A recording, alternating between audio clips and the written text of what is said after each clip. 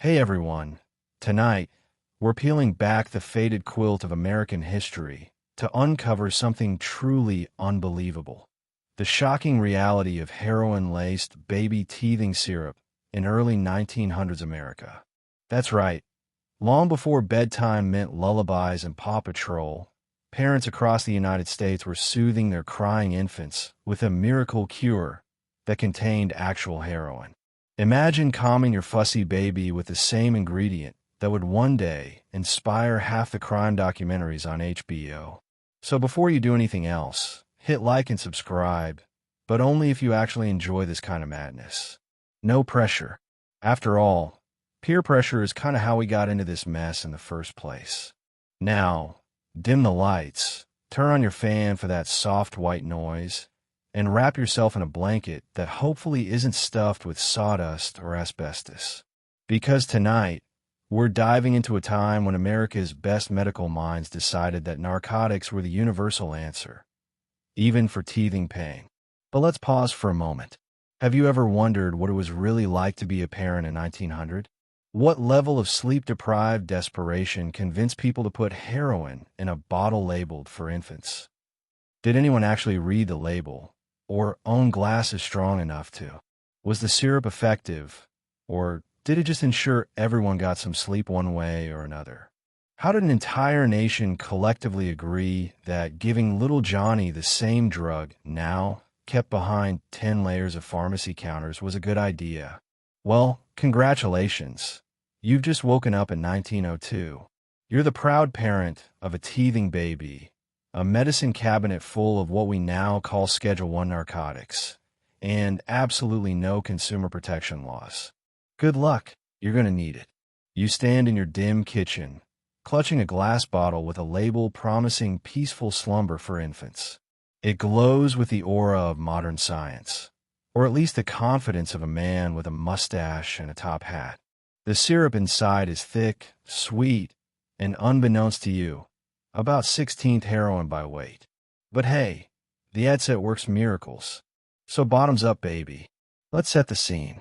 It's 1902, and the house is quiet, except for the shrill, soul-piercing wail of your teething infant, echoing off the flowered wallpaper and bouncing through your last nerve. The gas lamp flickers, illuminating the parade of half-empty bottles on the sideboard. Dr. Fizzle's invigorating tonic, Mrs. Sadowitz's calming elixir, and tonight's star, heroin compound for the growing child. You reach for the thick glass, noticing the label features a plump, blissfully unconscious baby surrounded by clouds and daisies. Never mind the tiny print. Your eyes haven't recovered from squinting at the Sears catalog. You pop the cork. Instantly, the kitchen fills with a heavy perfume of sugar, cherry, and a faint medicinal tang that hints, if you're paying attention, to stronger things lurking underneath. The syrup pours like honey, sticking to the spoon and your fingers. The instructions say a half teaspoon for relief.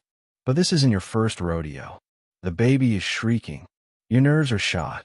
And somewhere a neighbor's rooster is considering joining in. Maybe just a splash more for good measure. Parenting, after all, is about intuition. You glance at the clock. 2:19 a.m. The rest of the house is dark. Your spouse is snoring, unaware of your alchemical midnight ritual. You cradle your little bundle, who just an hour ago was a cherub, and now more closely resembles a furious woodland sprite. In goes the syrup. The baby pauses, considers, then glares at you with watery eyes. Seconds pass. You hold your breath, and then silence. The bottle is right. It is a miracle. Your baby, seconds ago, a red-faced banshee, slumps gently into sleep. You're filled with relief and a creeping sense of awe at modern science. You put the bottle back on the shelf, right next to the cough drops that are 80% cocaine and the soothing rub that could double as paint thinner. If nothing else, your medicine cabinet is ready for any scenario, from teething to minor existential crisis. You return to bed. The silence is suspicious. You check the crib 5 times just to be sure. The baby is sleeping so soundly you wonder if you accidentally cured all future tantrums in one dose. The house, usually alive with the sounds of life, coughing, groaning floorboards, distant cat brawls, is now tranquil, if slightly ominous. You feel proud, resourceful, and let's be honest, a tiny bit guilty. In the morning, the world is new. Your child wakes groggy, but smiling with a serene expression usually reserved for monks or people who've just won the lottery. You pour your coffee black because milk is reserved for the babies and nobody trusts the delivery boy's hands. As you sip, you consider the bottle again. Is this safe? The ad said, endorsed by doctors. But you start to wonder if those doctors got their degrees out of a cereal box. Still in 1902, there is no FDA, no tamper evidence seal, and certainly no warning labels about side effects, addiction, or the possibility that your infant might soon develop a suspicious taste for jazz. The concept of side effects is as foreign as yoga pants. If the baby is quiet, the medicine works. That's the logic. You tell yourself you're doing your best, because you are. Everyone is. The neighbor down the road swears by electric baths for cranky toddlers. The woman at the grocery recommends whiskey-soaked rags. In a world where the answer to most parenting problems is put something on the gums and pray, heroin lace syrup feels like a godsend, if a slightly haunted one. And so, bottle after bottle, night after night, a generation of American babies naps deeply while their parents wonder if maybe, just maybe, there's such a thing as too much peace and quiet. But hey, at least nobody's teething anymore.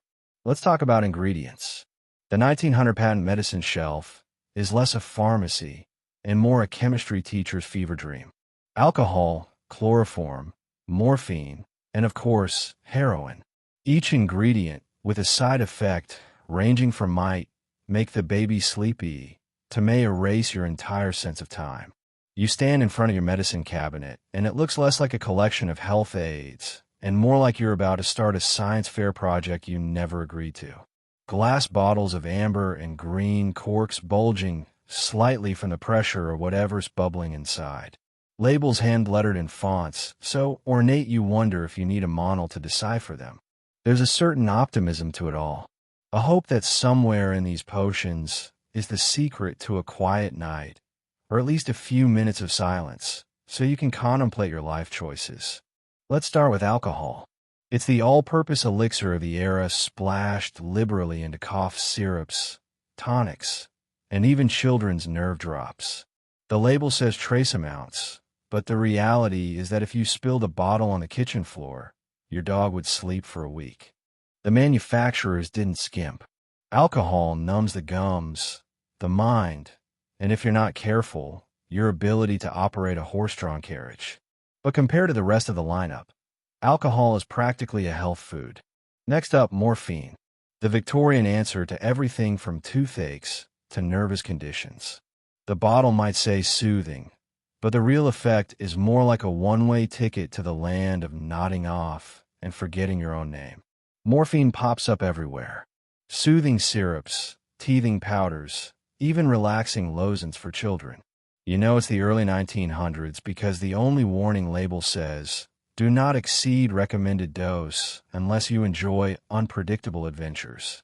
Let's not overlook chloroform, the secret source in many quick relief tinctures. At the time, chloroform was considered a modern marvel, a fast, effective anesthetic. Also, the active ingredient in many murder mystery plots. If you're using it on your child's sore gums, you're technically participating in a chemical experiment that today would get you a very stern call from several government agencies. But back then, it was just another day in the medicine cabinet. Rub it on the gums. If the baby stops fussing and starts floating, you're doing it right. And then, of course, there's heroin, the star of the show. Advertised as non-habit forming and gentler than morphine. It's like Pepsi. If Pepsi was designed by Dr. Frankenstein, when German pharmaceutical companies invented it, they actually named it after the German word for heroic. The logic when something like if morphine is strong and heroin is stronger, then your baby will sleep heroically or something like that. You wonder how many parents, desperate and blurry-eyed, read the label and thought, sounds legit. But wait, there's more. There are calming bromamides, which are basically sedatives with a side order of mystery. Strychnine, because nothing says invigorating tonic like a hint of poison, and good old-fashioned cocaine sprinkled in toothache drops and invigorating wine. The only thing missing is a skull and crossbones. And frankly, that was probably on the next design iteration. There is no such thing as an ingredient list. Just vague promises and the occasional warning from a cranky neighbor who claims his uncle grew a third ear from using the wrong syrup. The taste sweet, usually thanks to a mountain of sugar or honey meant to cover up the chemical burn and convince your child that medicine time is fun time. The aftertaste, however, is a mix of licorice, desperation, and the creeping suspicion that you've just altered your child's DNA. Today, medicine comes with a folded sheet listing every possible risk from hives to time travel. But in 1902, your main resource is blind trust and the hope that whatever you're giving your baby will keep everyone alive until sunrise. The real magic isn't in the bottle. It's in the parents, heroically guessing their way through the chemistry set, one questionable drop at a time. And if your child's fever breaks and nobody develops glowing eyes, that's just another win for science. No pediatrician, no problem. Your local doctor might also shoe horses or sell you a tonic for your rheumatism. He assures you that the heroin syrup is safe and effective, mostly because the alternative is listening to your baby scream until you go mad or move to Nebraska. Welcome to the medical landscape of 1902, where a diploma on the wall is optional. Bedside manner involve a lot of hat tipping, and the best credential is usually the volume of your mustache. Medicine is less a science and more of a confident performance. You enter the doctor's office, which is also the hardware store, the post office, and on Sundays the town's only library. The shelves are lined with dusty bottles, jars of suspicious powders, and a skeleton in the corner for educational purposes, or maybe just for vibes. You present your fussy red-faced baby and explain the issue. Teething, sleeplessness, possibly some existential dread. The doctor listens, nods sagely, and says, "Ah, yes, classic infant malaise." He consults a dog-eared medical guide last updated around the time of the Spanish-Am War, then reaches for a bottle labeled guaranteed slumber. There's no mention of side effects, only bold claims about how fast it works. He winks and says, "Half a spoonful and you'll both sleep like logs." You don't ask questions. You're too tired to ask questions. Medical advice in this era is as consistent as the weather. The experts range from the town's barber surgeon who will gladly pull a tooth, lance a boil, and give you a fresh haircut, all with the same set of tools, to the local apothecary, whose training consists of memorizing the periodic table and not fainting at the sight of blood. If it's good enough for Queen Victoria's grandchildren, it's good enough for yours, says the doctor, who may or may not have heard that through the telegraph grapevine. There's a certain Wild West logic to the whole thing. Everyone has a remedy, and none of them match. One neighbor swears by goose grease on the gums. Another recommends wrapping the baby in cabbage leaves, and the local pastor is convinced it's a spiritual matter best solved by prayer. And failing that, more syrup. If one concoction doesn't work, you simply try the next. Trial and error. With a strong emphasis on error. Let's not forget the booming business of traveling medicine men. Once a month, a horse-drawn wagon rattles into town, painted with promises of instant relief and nature's best science. A man in a dazzling suit jumps out and dazzles the crowd with a few card tricks, then launches into a sales pitch, so enthusiastic you wonder if he's been sampling his own inventory. He pulls out a bottle of Dr. Jolly's soothing nectar for the young and frail. Assures you it's endorsed by 7 out of 10 Harvard men. Not doctors, just men. And by the time you get home, You realize you bought 3 bottles and a patent egg beater you didn't need. Desperation and trust make a potent cocktail. If your baby's not sleeping, it feels like the universe is punishing you for crimes you can't remember. The doctor, sensing this, is quick to reassure this stuff is modern science. It's what all the best families are using. If you ask, is it habit forming? You'll get a confident, absolutely not, as he scribbles something in a ledger. The modern equivalent would be Googling, "Is this safe?" at 3 a.m. and choosing the first answer that says, "What you want to hear." Behind the bravado, though, is a shared understanding. Everyone's doing their best with what little they know. The science is evolving. The bottles keep arriving. And the doctor's only real prescription is hope.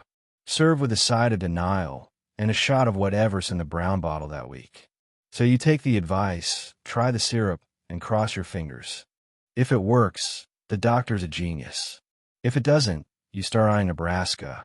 Before influencers, there were syrup ads in the Sunday paper. Cherubic babies, blissful mothers, and bold promises like soothes even the fiercest little lion. You wonder if fiercest refers to teething or withdrawal symptoms. It's Sunday morning. You shuffle into the kitchen in your robe, pour yourself a cup of weak pre-electric coffee maker coffee, and open the newspaper, ready to be bombarded by advertisements, so optimistic they make modern Instagram influencers look like nihilists. They're on page 3, nestled between the latest news about horseless carriages and a recipe for gelatinized ham. You spot it. A full-page ad for Mother's Joy syrup. A plump, rosy-shaped baby sleeps peacefully in a cradle. A gentle hand resting nearby, presumably the mother, though she looks suspiciously well-rested for someone with an infant in 1902. You read the copy. Guaranteed to relieve teething pains, colic, fretfulness, and all manner of baby discomfort. Restores harmony to the home. Trusted by doctors and mothers across the nation. At the bottom, in curly gold letters, a line that could have been written by P.T. Barnum himself, contains only the purest natural ingredients. No mention of heroin, of course, unless you count nature's finest poppy essence. Every ad is a work of art, pastel colors, hand-drawn cherubs, testimonials from Mrs. V of Ohio.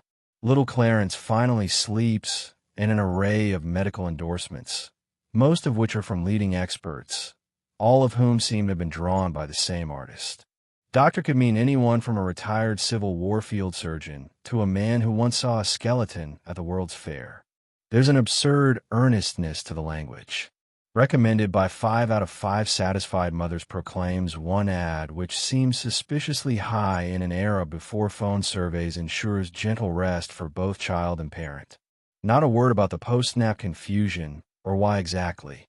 Your baby can now sleep through a brass band parade and the annual 4th of July cannon firing. The admin know their audience. They promise everything you want. A peaceful baby, a calm household, and a return to sanity for the entire neighborhood. If you could bottle hope, sprinkle in a little denial, and wrap it in floral script, you'd have these advertisements. The illustrations make motherhood look so effortless. Crisp aprons, clean homes, hair that refuses to move, even in a tornado. The only chaos is a single overturned toy artfully placed near the cradle, as if to remind you that a real mother's only problem is the occasional rattle on the floor. In reality, you're reading this while dodging spit up, negotiating toddler hostage situations, and wondering when you last experienced REM sleep. The ads don't care. They insist that 1 spoonful of syrup is all it takes to turn your household into a Norman Rockwell painting, long before Norman Rockwell picked up a brush.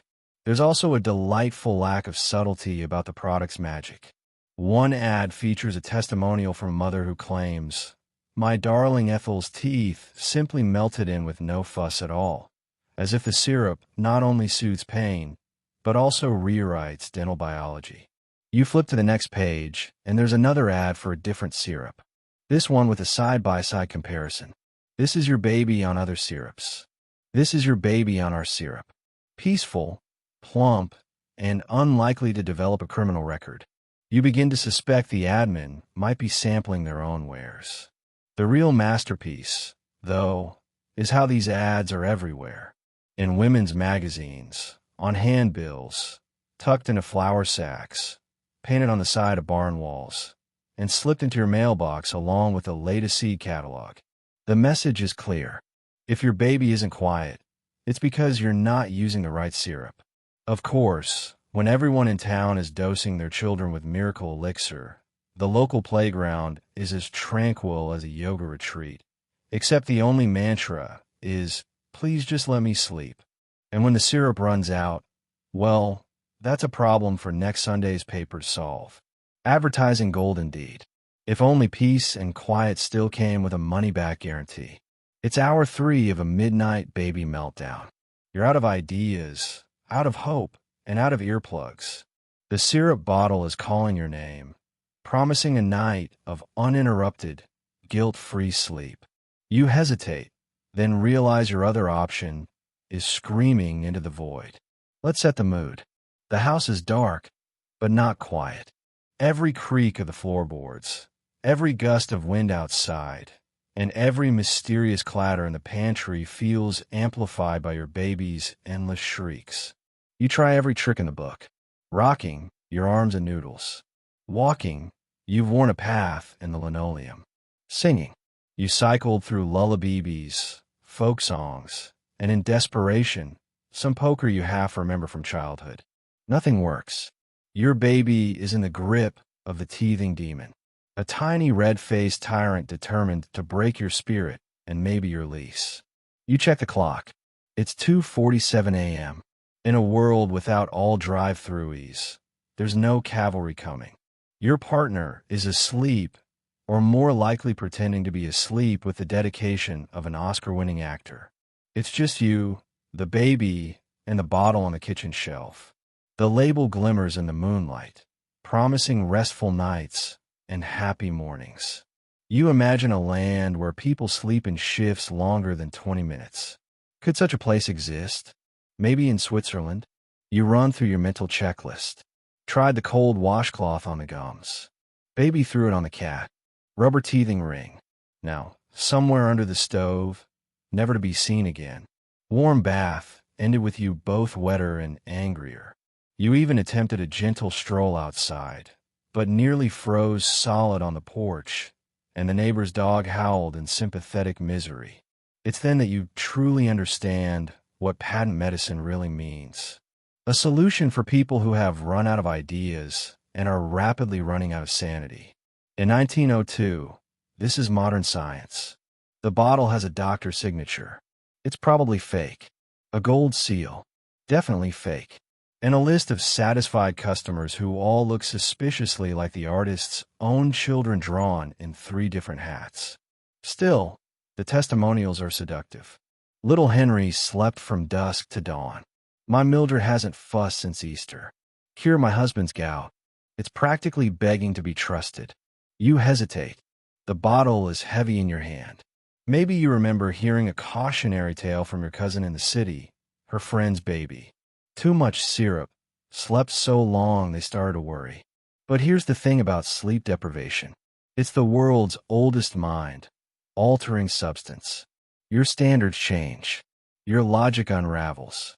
You start to believe that if Thomas Edison could invent the light bulb on 2 hours of sleep, surely you can trust a little bottle of science. You measure the dose. Hands trembling. The baby wails on. In this moment, you realize just how far parents will go when pushed to the brink.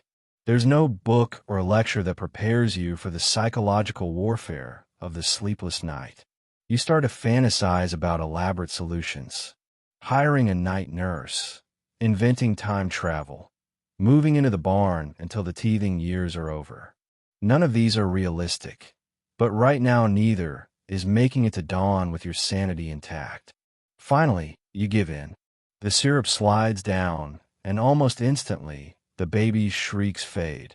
The silence is shocking, a miracle, a little unnerving, and entirely welcome. You return to bed, heart pounding, mind racing. Will it work? Did you do the right thing? Should you have waited another hour? These are tomorrow's worries.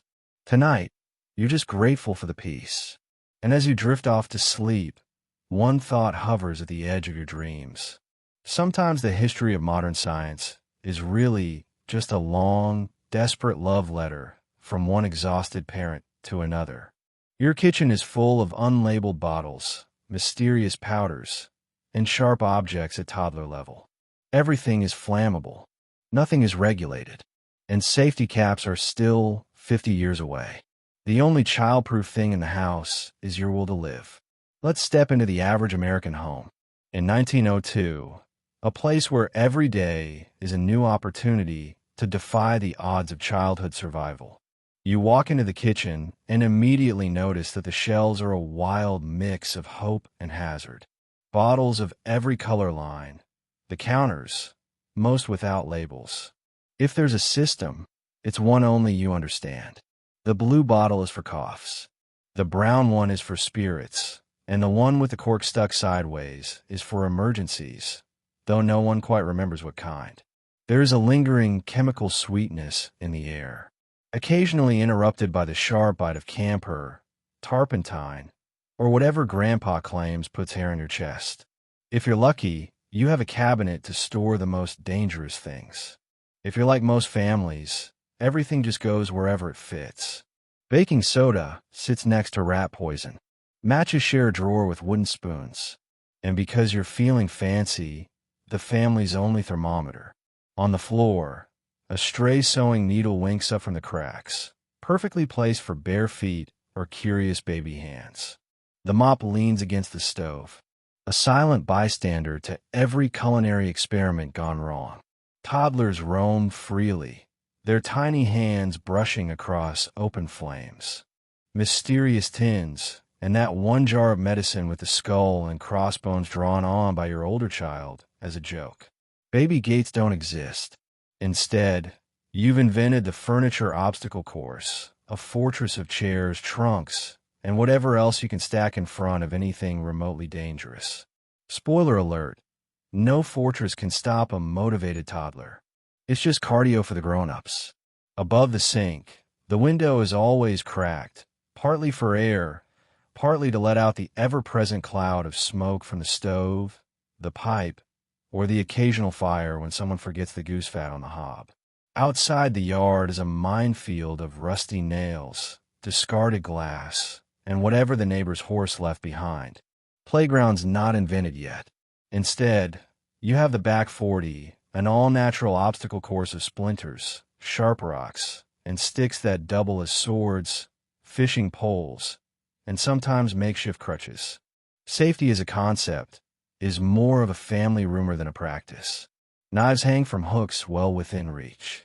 Scissors live in the sugar canister, and the baby spoon is just the least rusty piece of cutlery you could find this week. If you need to boil water for formula, you do it on a wood stove that could double as a medieval torture device. Every pot handle is a lesson in physics, and every spill is a chance to practice your emergency first aid skills, which mostly consist of tie something tight and hope for the best. Modern parents worry about choking hazards the size of grape. In 1902, you hand your teething baby an actual bread crust the size of a brick and tell them to gnaw away. It'll toughen the gums, says Grandma, who once survived scarlet fever by chewing on a raw turnip for 3 days. Then there are the medicines. Oh, the medicines.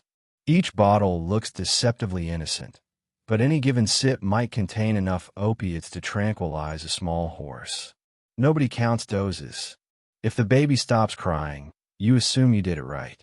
If the baby starts glowing, well, you make a note for next time.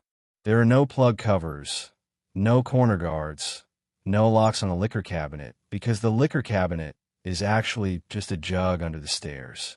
If you want to make the house safe, your main tool is yelling.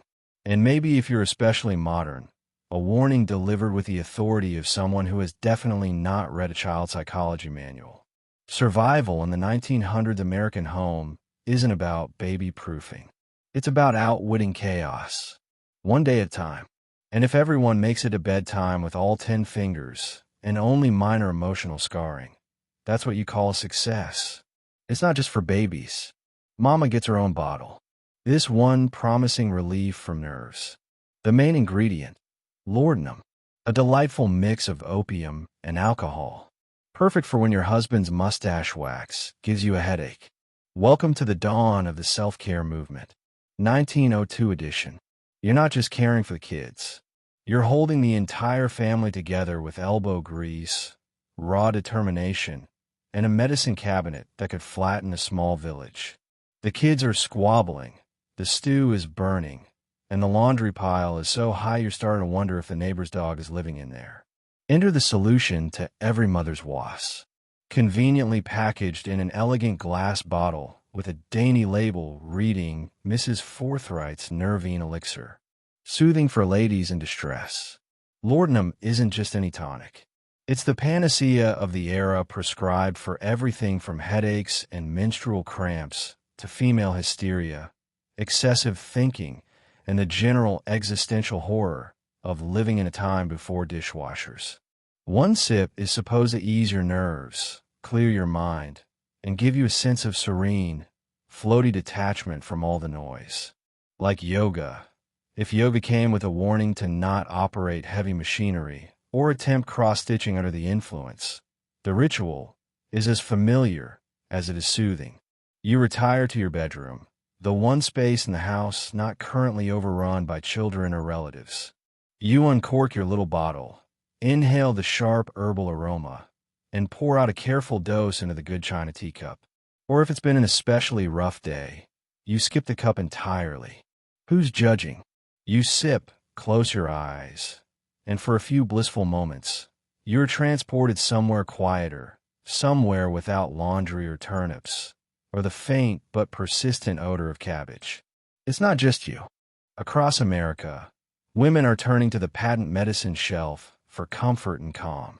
Magazines are filled with advertisements for calmatives, elixir, and reveilleurs, all of them promising to cure not only physical aches, but the unspoken strains of motherhood, marriage, and modernity. Keeps the house running and the children in line, says one glowing testimonial from a grateful mother in Street Louis. There's no talk of side effects unless you count the mysterious naps and a tendency to start quoting poetry at dinner.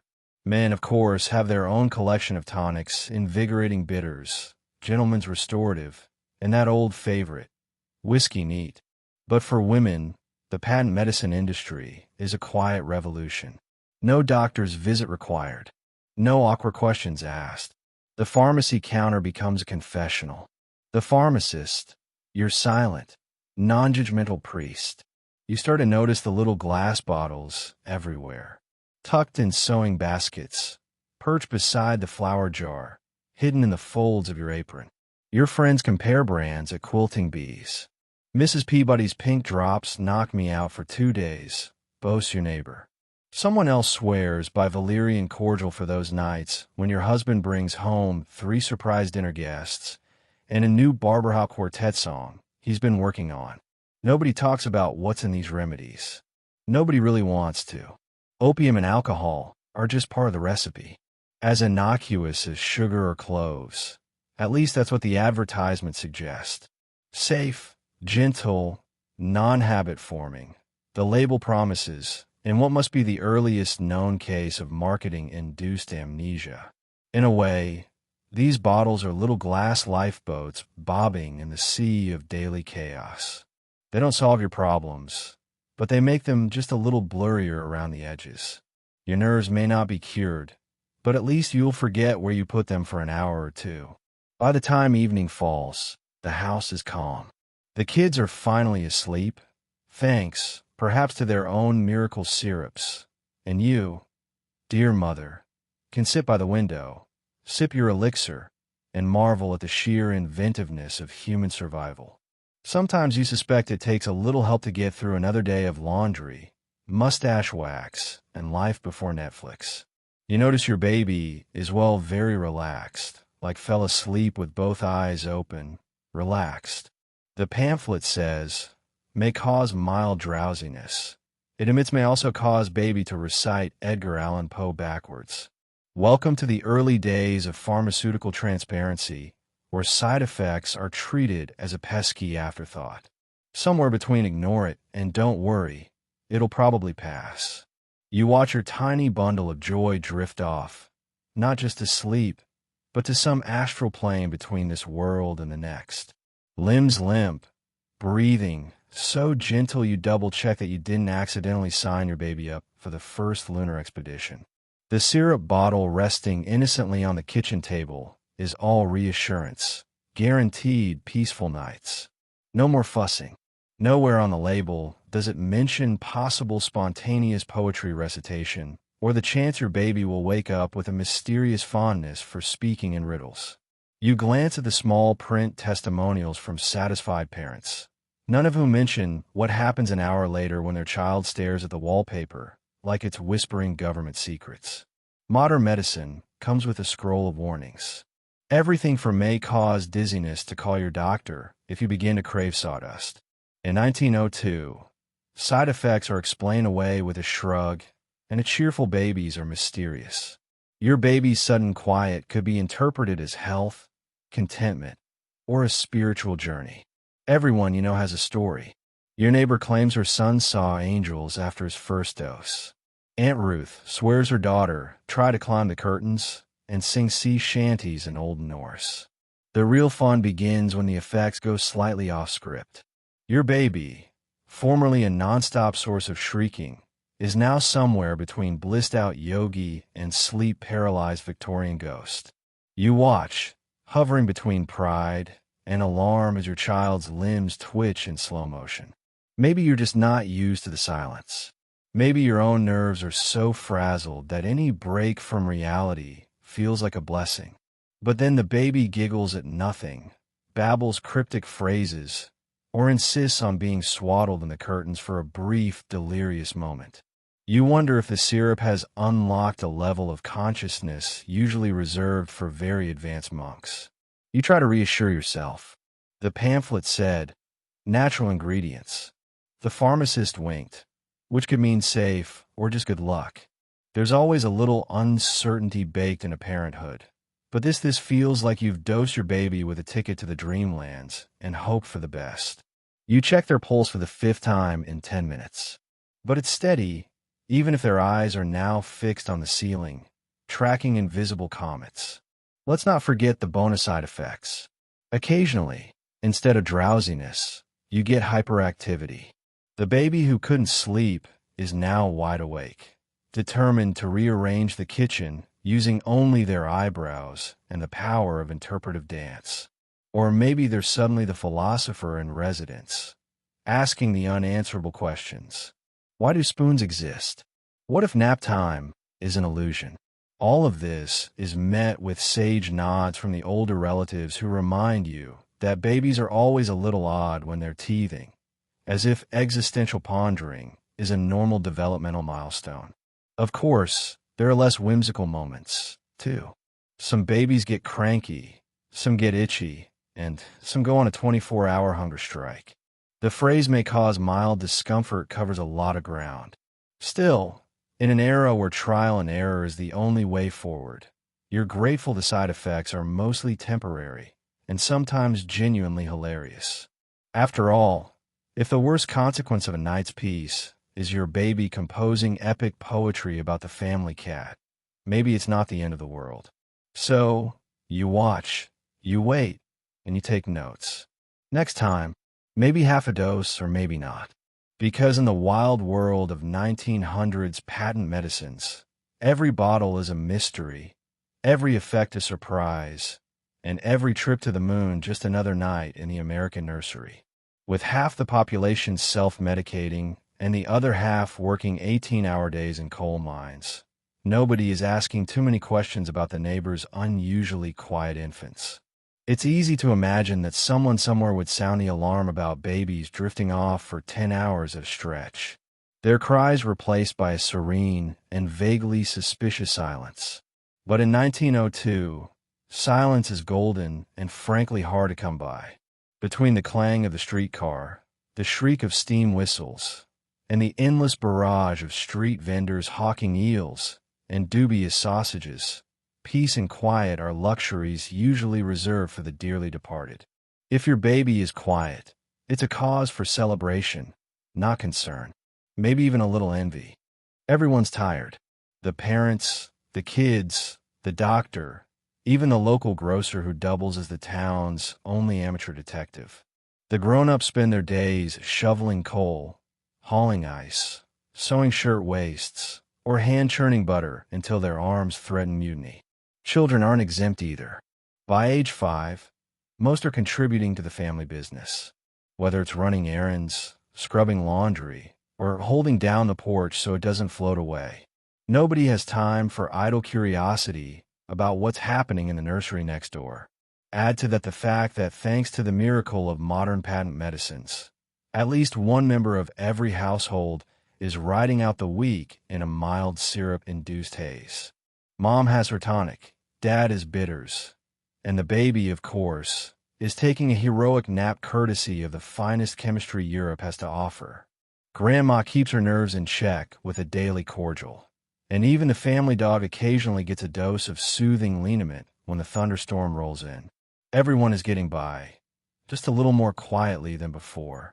Questions do arise, but they're quickly batter-ratted away by the wisdom of the era. Babies sleep a lot, says the neighbor, who hasn't seen her own children awake since Memorial Day. It's good for them, assures the town doctor, who once read a pamphlet about the health benefits of rest, and has been coasting on that knowledge ever since. If a child stirs only long enough to eat and then slips back into a syrupy slumber, well, that's just a sign that the medicine is working as intended. The concept of child development, as we understand it today, hasn't really caught on. If your baby is alive and not actively on fire, you're considered ahead of the curve. Nobody is charting milestones or holding wellness checks. There's no social media to document or judge your every parenting decision. Your only audience is the occasional visiting aunt who offers unsolicited advice and then takes a nap in the parlor, snoring gently until it's time for tea. Then there's the matter of trust, specifically blind trust. Patent medicines are advertised everywhere from barn walls to theater playbills, each one endorsed by men in white coats or grandmothers with improbably healthy complexions. If the ad says it's good for babies and the neighbor's baby hasn't spontaneously combusted, that's evidence enough. There's an unspoken social contract. Don't ask, don't tell, and definitely don't bring up the word addiction. It's a golden age for plausible deniability. And so life hums along. Parents survive on hope, a dash of desperation, and the reassurance that if something were truly wrong, surely someone smarter, richer, or more awake would have said something by now. But nobody does because everyone is too busy, too exhausted, or too blissfully sedated to notice. The end result, an entire nation rocked gently to sleep, one spoonful at a time. Everyone dreaming that they're doing the right thing. Because in an era this noisy, a little quiet is the greatest miracle of all. Heroin isn't the only star in the medicine cabinet. If your baby doesn't like syrup, you can always try cocaine drops or MS Winslow's soothing syrup, which contains enough morphine to tranquilize a circus horse. Let's take a quick inventory of your turn of the century medicine shelf. It's not just a place to store hope. It's a dazzling buffet of substances that in modern times would be under lock, key, and 6 layers of security glass. You pick up a bottle and discover its doctor. Allen's cocaine toothache drops right there on the label in cheerful curly script. It promises instant relief and no more fussy babies. The active ingredient, just a hearty dash of pure cocaine, straight from the same botanicals that would one day inspire the world's least relaxing crime dramas. And yes, these drops are actually for children, sometimes specifically for infants cutting their first teeth. A few drops on the gums, the ad says, and your little one will smile all night. And they do. They smile. They babble. And sometimes they reorganize your cutlery drawer at 3 o'clock in the morning. But at least they're not crying. You'd think this would raise an eyebrow or two. But if the medicine works, nobody's complaining. Sleep-deprived parents across the nation are so grateful for a moment of peace that nobody stops to ask, should my toddler really have this much energy at midnight? But if cocaine isn't your family's flavor, the market has options. Enter Mrs. Winslow's soothing syrup, an iconic patent medicine so successful, it's practically a household deity. The main selling point, morphine. Lots of it. Enough to soothe the nerves of even the crankiest infant and possibly your next-door neighbor, your neighbor's horse, and everyone else on the block. Advertisements boast that millions of mothers recommend it. And why not? It guarantees sleep, quiet, and the sensation that all is right in the world, at least until the bottle runs dry. Not to be outdone, other medicine men jump on the bandwagon with their own formulations. Paregoric liquid opium for persistent coughs.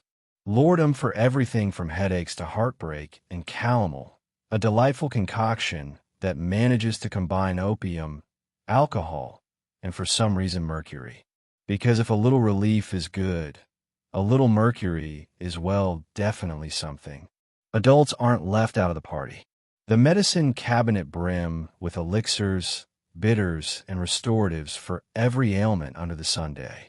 Your husband, after a long day of wrangling machinery and existential dread, might reach for a bottle of Peruna, a tonic containing just enough alcohol to make him forget why he was upset in the first place.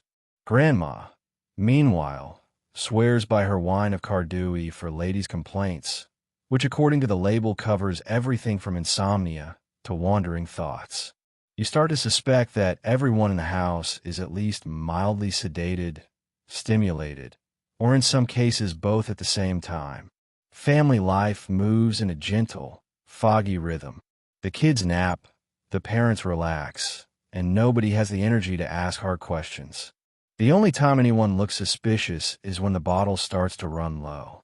Suddenly, every cold, cough, or stubbed toe becomes an emergency that simply must be addressed by a spoonful of something magical. The true marvel is that nobody seems especially worried about any of this. The admins sing praises. The neighbors compare brands. And even the local doctor, when pressed, shrugs and offers a sample from his own stash. It works, he says, with all the authority of a man whose main medical tool is a large, unsterilized mustache. Of course, the children of this era do eventually grow up, sometimes with a fondness for jazz, sometimes with a strong opinion about the good old days. But for now, you reach for the bottle, trusting in modern science, consumer choice, and the soothing certainty that at least tonight you'll get some sleep, even if the family cat is up till dawn writing a manifesto. In the world of early American medicine, there's always competition. But in the race for quiet, every bottle is a winner. Teething is a deadly disease, says your great-aunt, whose medical credentials include surviving 12 siblings. Syrups, powders, amulets. Every home remedy comes with side effects, but at least the heroin one worked. Let's step into the wild world of early 1900s teething science, a field less grounded in biology and more in superstition, folklore, and whatever your neighbor swears work for her cousin's best friend's nephew. In this era, teething isn't viewed as a normal milestone, but as a harrowing medical crisis, ranked just below smallpox and well above stepping on a rusty nail. The belief is simple. Babies do not just get teeth, they battle them, and the battle leaves carnage. Your great-aunt, keeper of the family's oral history and possibly a few loose teeth herself, leans in to share the wisdom of her day. When your cousin Billy was teething, he got a fever, broke out in spots, and saw angels in the pantry.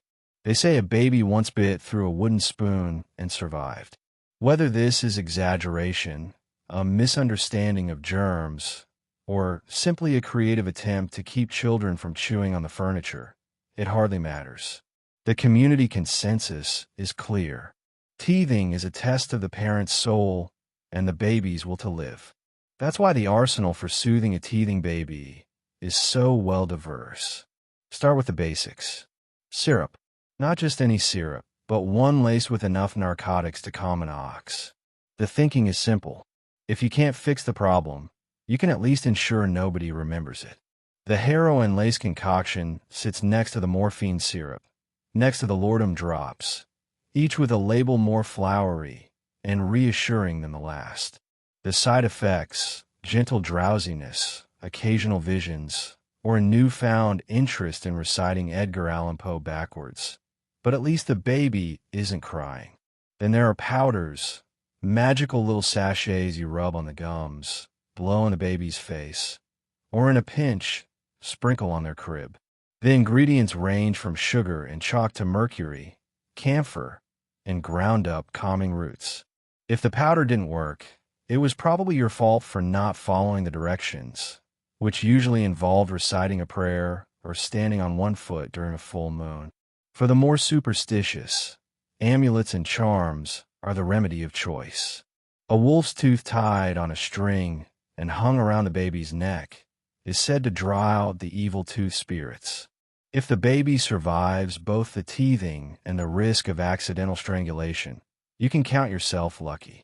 Other families swear by coral beads, blessed spoons, or even slices of raw potato fastened to the child's clothing like some sort of root vegetable medal of honor. Of course, every home remedy comes with its own side effects. Powders cause coughing fits. Amulets get lost in the laundry. And the syrups, well, let's just say the babies nap deeply, the parents sigh with relief, and nobody mentions the possibility of addiction until at least 1910. Still, in a world where medical science is mostly guesswork, the best solution is whichever one produces quiet, however mysterious the mechanism. If you ask the local doctor, who might double as the town's undertaker, he'll recommend whatever keeps the mother sane. And so the cycle continues. Babies get teeth, parents panic, and a parade of home remedies marches through the nursery, leaving behind a trail of empty bottles, odd trinkets, and whispered family legends. By the time your baby is done teething, you've tried everything but exorcism. And honestly, on some nights, you consider that too. But if the baby is sleeping, the house is quiet, and the wolf's tooth hasn't gone missing, that's victory. Because in the mayhem of early 20th century parenting, the science of soothing isn't really science at all. It's faith, folklore, and the desperate hope that the cure is only slightly worse than the disease. Wake up, pour yourself a cup of black coffee, laced with Cori, an invigorating elixir. Then tend to your baby who is sleeping like the world's tiniest, most suspicious angel. It's morning in 1902, and the sun peeks through thin, yellowing curtains, painting lines across your creaky wooden floor. The air is thick with a blend of last night's stew, this morning's coal smoke, and a trace of Dr. Alabaster's invigorating elixir, the only thing keeping your eyelids from sealing shut. You shuffle to the stove, nursing a headache that predates the invention of aspirin, and prepare your breakfast ritual. Strong coffee, a dash of Cori for robustness, and a liberal splash of whatever invigorating tonic you trust most. The label promises vitality, but you suspect it's just 70 proof moonshine with a dash of medicinal bitters. Either way, it does the trick. You glance over at the cradle where your baby slumbers in a position that would alarm any modern pediatrician, flat on their back, arms sprawled, mouth agape. There's a peacefulness to it that's almost eerie, especially after the chorus of teething screams that serenade you until well after midnight. The miracle syrup worked its wonders. Now you have the rarest commodity in the American home: silence. You wonder if the syrup works a little too well. And check for the reassuring rise and fall of your baby's tiny chest. Then check again, just to be sure. The rest of the family begins to stir.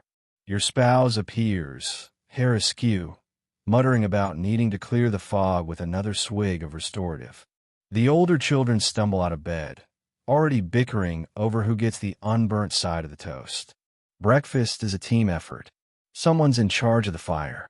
Someone else is meant to fetch water from a pump, a well, or if you're unlucky, a half-frozen bucket in the yard.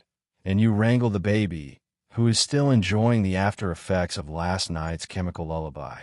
The kitchen table is a lively place, cluttered with chipped cups, a communal butter knife, and at least 3 bottles of medicine for various ailments. There's gentleman's stomach tonic for nerves, children's quieting syrup for everyone's nerves, and cough drops that promise relief and taste suspiciously like peppermint mixed with regret. You hand out slices of bread. Pour wheat coffee for the older kids. Yes, even them. Milk is for babies, and only when the delivery isn't 3 days late. And try not to think about how many mystery ingredients your family is ingesting before 8 a.m. The baby finally stirs, blinking up at you with the wide-eyed innocence of someone who slept through a tornado. You hoist them out of the cradle, only to realize their nightgown is now decorated with biscuit crumbs, lint, and possibly a stray safety pin. Time for a quick wipe down with a rag that once belonged to your great uncle and now pulls double duty as a napkin, dust cloth, and emergency bandage. There's no time for leisurely mornings. The chores await. You set the older kids to work sweeping, washing, and negotiating a treaty over the use of the family's only comb. Your spouse heads out to start the day's work, factory, field, or forge, depending on what part of America you're in. You make a mental note to stop by the pharmacy for more syrup for the baby, more tonic for yourself, and perhaps a word of reassurance from the pharmacist who moonlights as the town's therapist. By 9 o'clock, you've already refereed 2 sibling disputes, cleaned up a mystery spill, checked the baby's pulse again, and found someone's shoe in the bread box. You feel accomplished, if slightly unhinged. The day has barely begun, and you're already running on hope, habit, and the faint medicinal buzz of the morning's elixir.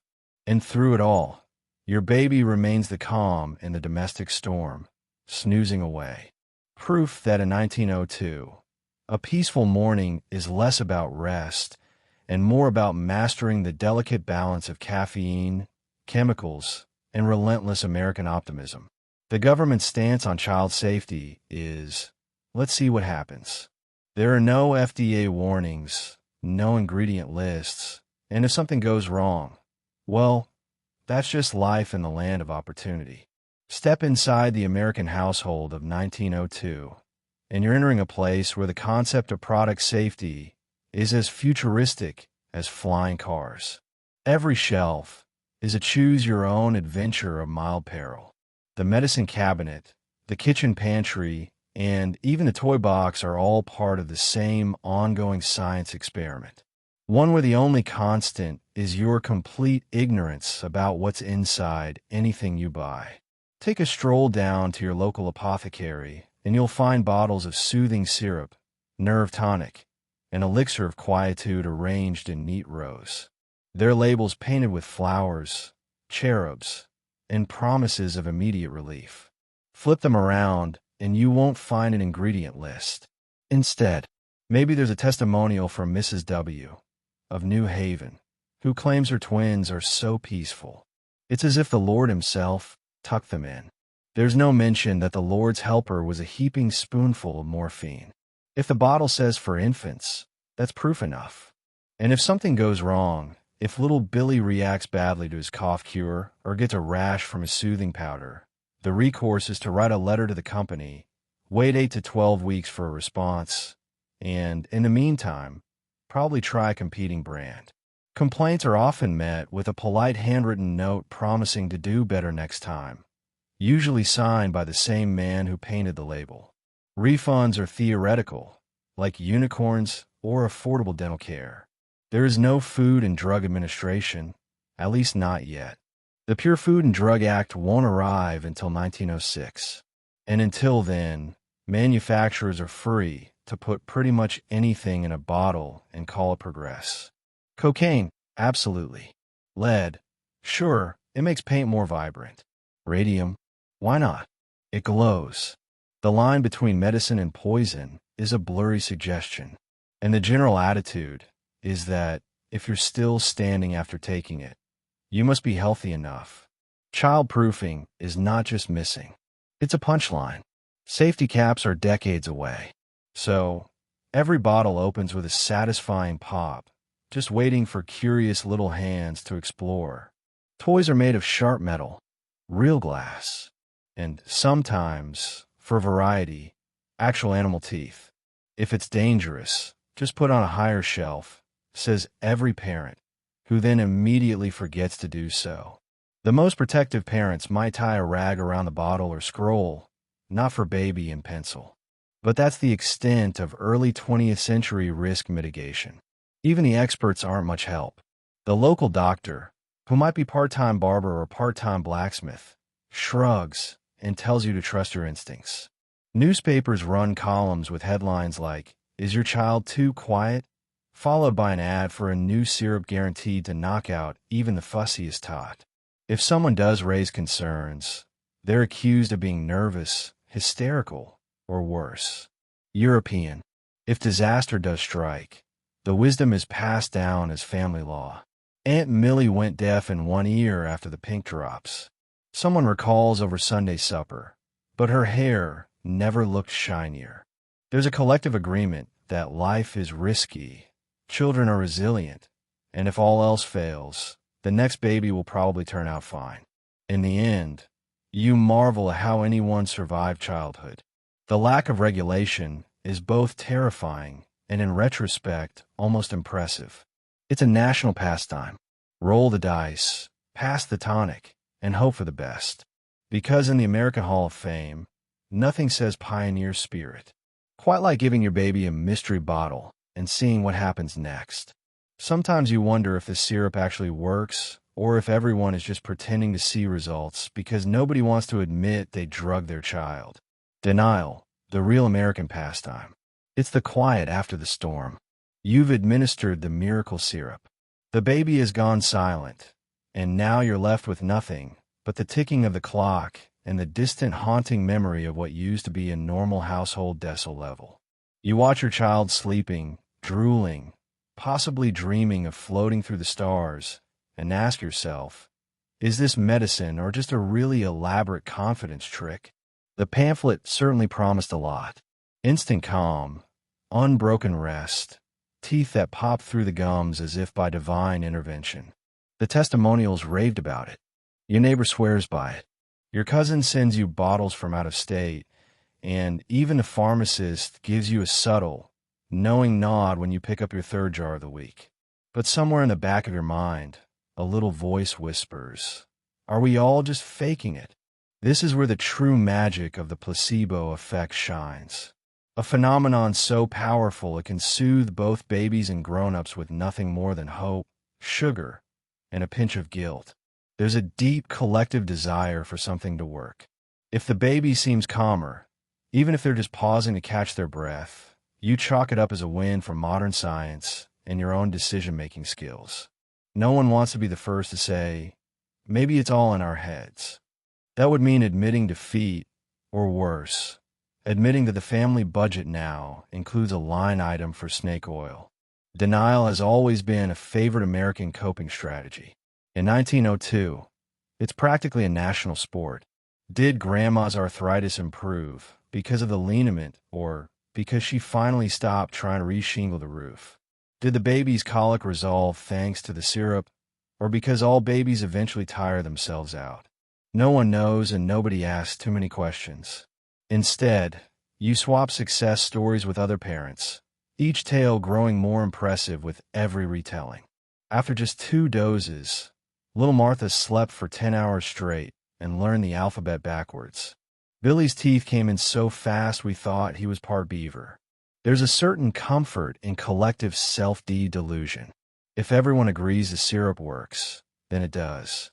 You reassure each other at the general store and at church socials, passing on recipes, dosages, and pro tips like a sacred oral tradition. If anyone's child happens to cry through the night, it's clearly because they didn't use the right brand, or they skimped on the recommended dose, or perhaps the moon was in the wrong phase. The truth, whatever it is, doesn't stand a chance against the overwhelming power of groupthink, reinforced by relentless advertising and neighborly one-upmanship. Sometimes in quieter moments, you try to be scientific. You go a night without the syrup. The baby cries, and you collapse in defeat. See, you tell yourself, it's obviously the medicine. Never mind that the baby also cried after the syrup last week, or that you might be a few hours away from another breakthrough. Doubt isn't welcome here. There's a bottle for that, too. On the rare occasion someone questions the system, the group closes ranks. Are you saying my mother was wrong? Asks your aunt, bristling with family pride and the lingering scent of liniment. Are you saying your baby isn't special? Whispers a neighbor whose infant has been napping so long you've started to wonder if they're hibernating. So, the placebo paradox continues generation after generation. Maybe the syrup works, maybe it doesn't. Maybe it's just the hope, the ritual, and the desperate need for a break. Either way, you pour another spoonful, share another success story, and keep the secret safe.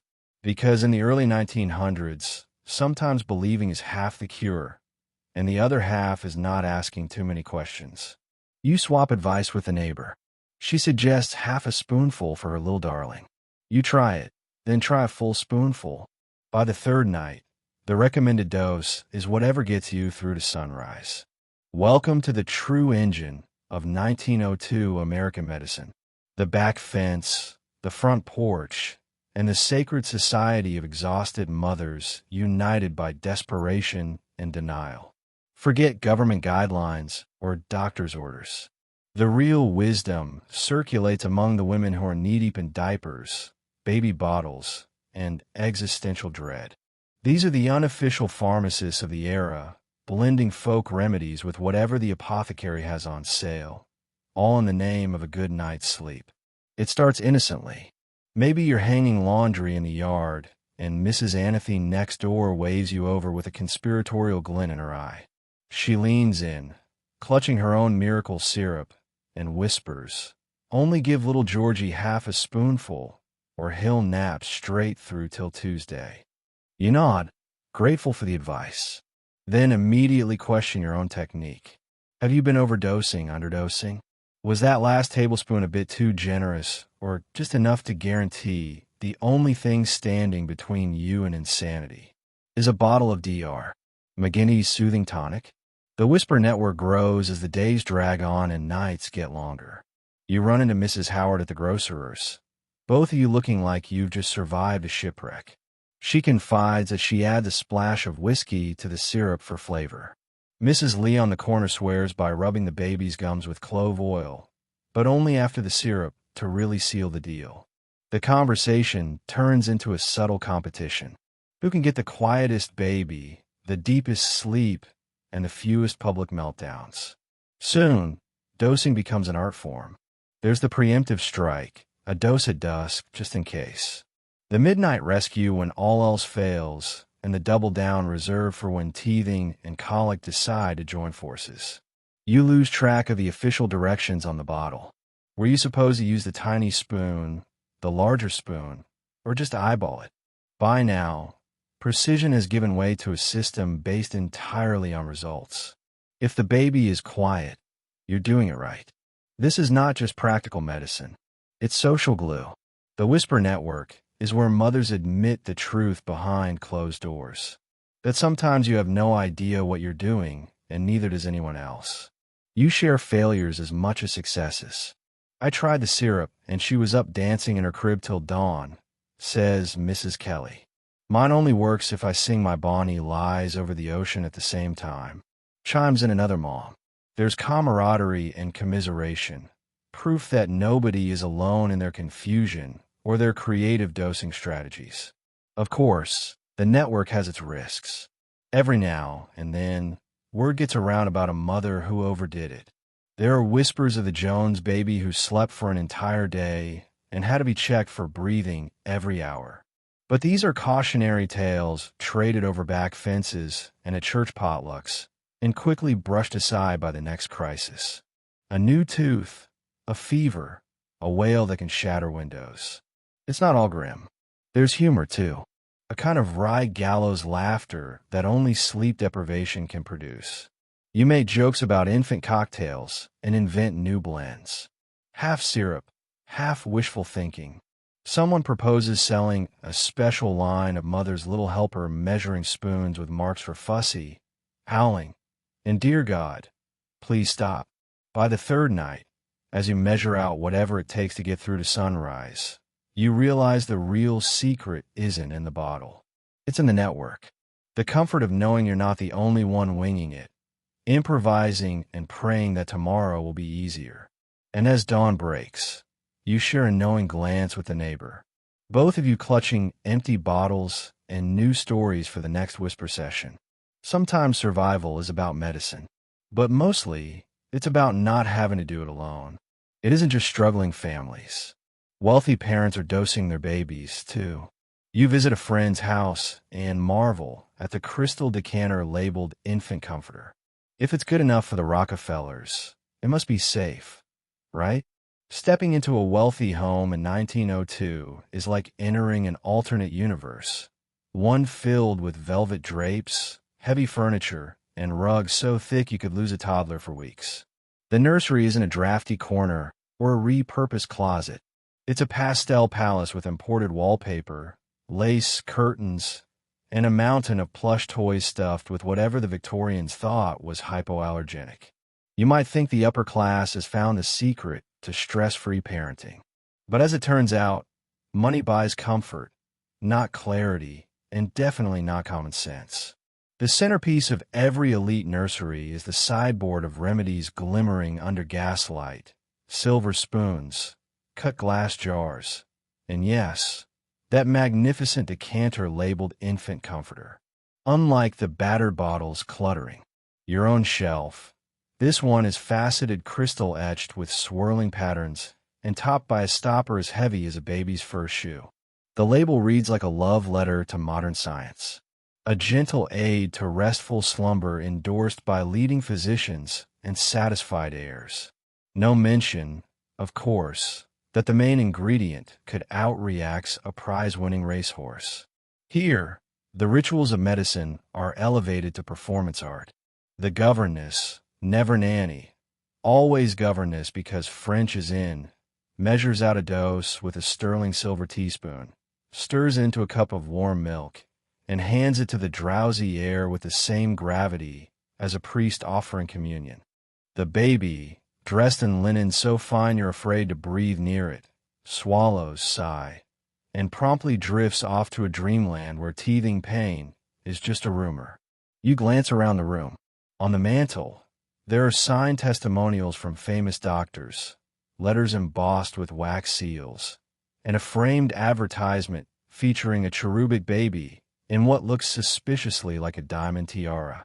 The message is clear. This family isn't just surviving. They're thriving, with a little chemical help from their pharmaceutical friends. But here's the real twist. Wealth does not in fact buy skepticism. If anything, the well-to-do are even more devoted to the patent medicine parade. The more expensive the bottle, the more miraculous its claims. If the neighbor down the street gives her child a penny's worth of syrup, your society friend insists on the gold-capped version, infused with aromatic botanicals and a dash of old-world wisdom, red stronger narcotics. It's a mark of class to have the right syrup, the imported one, preferably recommended by an obscure European duke or a lady's maid who once summered in Vienna. And it isn't just for the children. The grown-ups have their own restoratives. Lining the liquor cabinet right next to the brandy and port, Lady A's evening elixir for nerves, Lord Bellington's digestive drops for late-night gout, and the Universal Society tonic for when entertaining gets overwhelming and there are just too many duchesses to impress. If the conversation lulls at dinner, it's not because anyone is bored. It's because half the guests have slipped into a pleasant opiate haze between the soup and a roast. Still, appearances must be maintained. The nursemaid quietly tucks the decanter away before visitors arrive, and any mention of chemical aids brushed aside with a practiced smile. Of course, our darling just needs a gentle nudge to sleep. Your friend whispers, as if the secret ingredient is maternal affection rather than pharmaceutical engineering. In the end, the only real difference between rich and poor is the quality of the packaging and the size of the bill at the end of the month. Whether poured from cut crystal or chipped crockery, the goal is the same. Peace, quiet, and the dream that someone somewhere has finally figured out how to outsmart a teething baby. And as you take one last look at the glittering decanter, you remind yourself, if it's good enough for the Rockefellers, surely you're not that far off, just maybe a little less well-rested. Somewhere a group of gentlemen in waistcoats are discussing preliminary findings that heroin syrup is perfectly harmless in children. Their sample size, 2 babies, a goat, and an alarming lack of skepticism. This is the dawn of scientific progress. 1902 style. A world where peer review means your friend at the apothecary nods approvingly, and clinical trials are whatever happens between tea time and supper. Picture the scene. A wood paneled parlor thick with cigar smoke and bravado. Several serious men gather around a table littered with bottles, notes scribbled in sprawling script, and the remains of a fruitcake that's probably as lethal as half the medicine under review. Dr. Whitworth, who calls himself the grandfather of American pediatrics credentials, grew up near a hospital, on a lab coat, stands to deliver the group's latest breakthrough, gentlemen. After extensive observation, we conclude that heroin syrup produces restful slumber, cheerful dispositions, and a marked increase in parental sanity. He gestures to a ledger. All test subjects have survived except for the goat, and that's a dietary issue, not medicinal. The research is both earnest and astonishingly casual. One baby, Dr. Whitworth's own nephew, chosen for robust constitution, slept through a thunderstorm, 2 fires, and the neighbor's ill, advised tuberculin. The second baby, borrowed from a friend for scientific advancement, displayed no adverse effects except for a tendency to giggle at the wallpaper. The goat, as it turns out, was simply not cut out for the rigors of modern pharmacology. The gentlemen record their observations with gravity. Did the child exhibit any signs of distress? One asks, peering over Pinsar's spectacles. No more than usual, comes a reply. Though the wallpaper laughter was rather pronounced, another scribbles in his notebook. Parental units report improvements in mood and dinner table civility. That's the sort of data you can take straight to the advertising department. No one questions the lack of long-term studies. If there's no immediate collapse, it's perfectly safe, says Dr. Whitworth, a phrase later immortalized on 1,000 medicine bottles. Dosage recommendations are calculated on the fly, often by gut feeling, or if feeling particularly rigorous, the volume of the first spoon that comes to hand. If results are ambiguous, simply add more syrup and try again. Occasionally, someone suggests a control group. This is met with polite laughter, followed by a toast to American ingenuity. What could possibly go wrong? Babies are resilient, and if the goat can't keep up, that's hardly the medicine's fault. Outside the parlor, real mothers and fathers are desperate for solutions, and the men in waistcoats are all too happy to supply them. The research makes its way into medical journals with names like the Journal of Maternal Quietude and Dr. McGrath's Monthly Review of General Robustness. The articles are packed with scientific language. Anecdotal evidence strongly supports efficacy. The cohort displayed marked tranquility, statistically significant improvements in household mood. Never mind that statistically significant means everyone felt a little better after a nap. If any worries do arise, they're brushed aside with confidence. Heroin is gentler than morphine, gentlemen, and far less habit-forming. Never mind that the goat is now addicted to eating hats, and one baby refuses to sleep without the bottle gripped in both fists. That's just an enthusiastic response to therapy, Dr. Whitworth reassures his colleagues. This is the grand age of early medical research, where a study can be completed before dessert and published before anyone bothers to double-check the results. The scientific process is more aspiration than reality, and skepticism is strictly for those who want to get uninvited to the next cigar night. And so the miracle syrup marches on. endorsed by gentlemen, proven by goats, and trusted by parents who just want one peaceful night in the wild west of American medicine. You notice your baby is not quite herself. When the syrup runs out, there's more fussing, more crying, and a new nervous tick. The pamphlet blames temperament. Modern science calls it pharmacological horror show. At first, you assume it's just a rough day. Maybe there's a tooth pushing through. Maybe the neighbors are being especially loud. Maybe you've accidentally angered the gods of sleep by washing a blanket on a Thursday. But then the pattern emerges. The syrup bottle runs dry. And suddenly, your previously blissed-out baby is transformed into a pint-sized maelstrom of wailing, clinging, and existential despair. There's a tremor in the air, and possibly in your child's tiny hands. You dig out the pamphlet again, desperate for reassurance. It promises gentle sleep, happy awakenings, and no habit formed. If there's a section on withdrawal, it's tucked somewhere between occasional fussiness and rare moments of spirited vocalization. Your baby's spirited vocalization, however, now comes with a red face, a steady stream of tears, and a look in her eye that says, "I know what you did." The house, once so tranquil, is suddenly alive with a new kind of tension. Every squeak of the floor, every dog bark outside sets off another round of crying. You rock, you bounce, you offer favorite toys and cold washcloths. Nothing helps. There's a sense of suspicion in your baby's gaze, as if she's realized that the sweet, miraculous syrup was more than just a treat. It was in fact the only thing standing between her and a complete meltdown. The pamphlet assures you it's all a phase. Some infants may display increased sensitivity. As their temperament develops, it chirps. Patience and loving care are the best remedies. What it doesn't mention is that increased sensitivity can mean an Olympic-level tantrum at 2 a.m., a refusal to nap, and an entirely new mysterious twitch in your child's left eyebrow. You find yourself patting the empty bottle like a friend you wronged.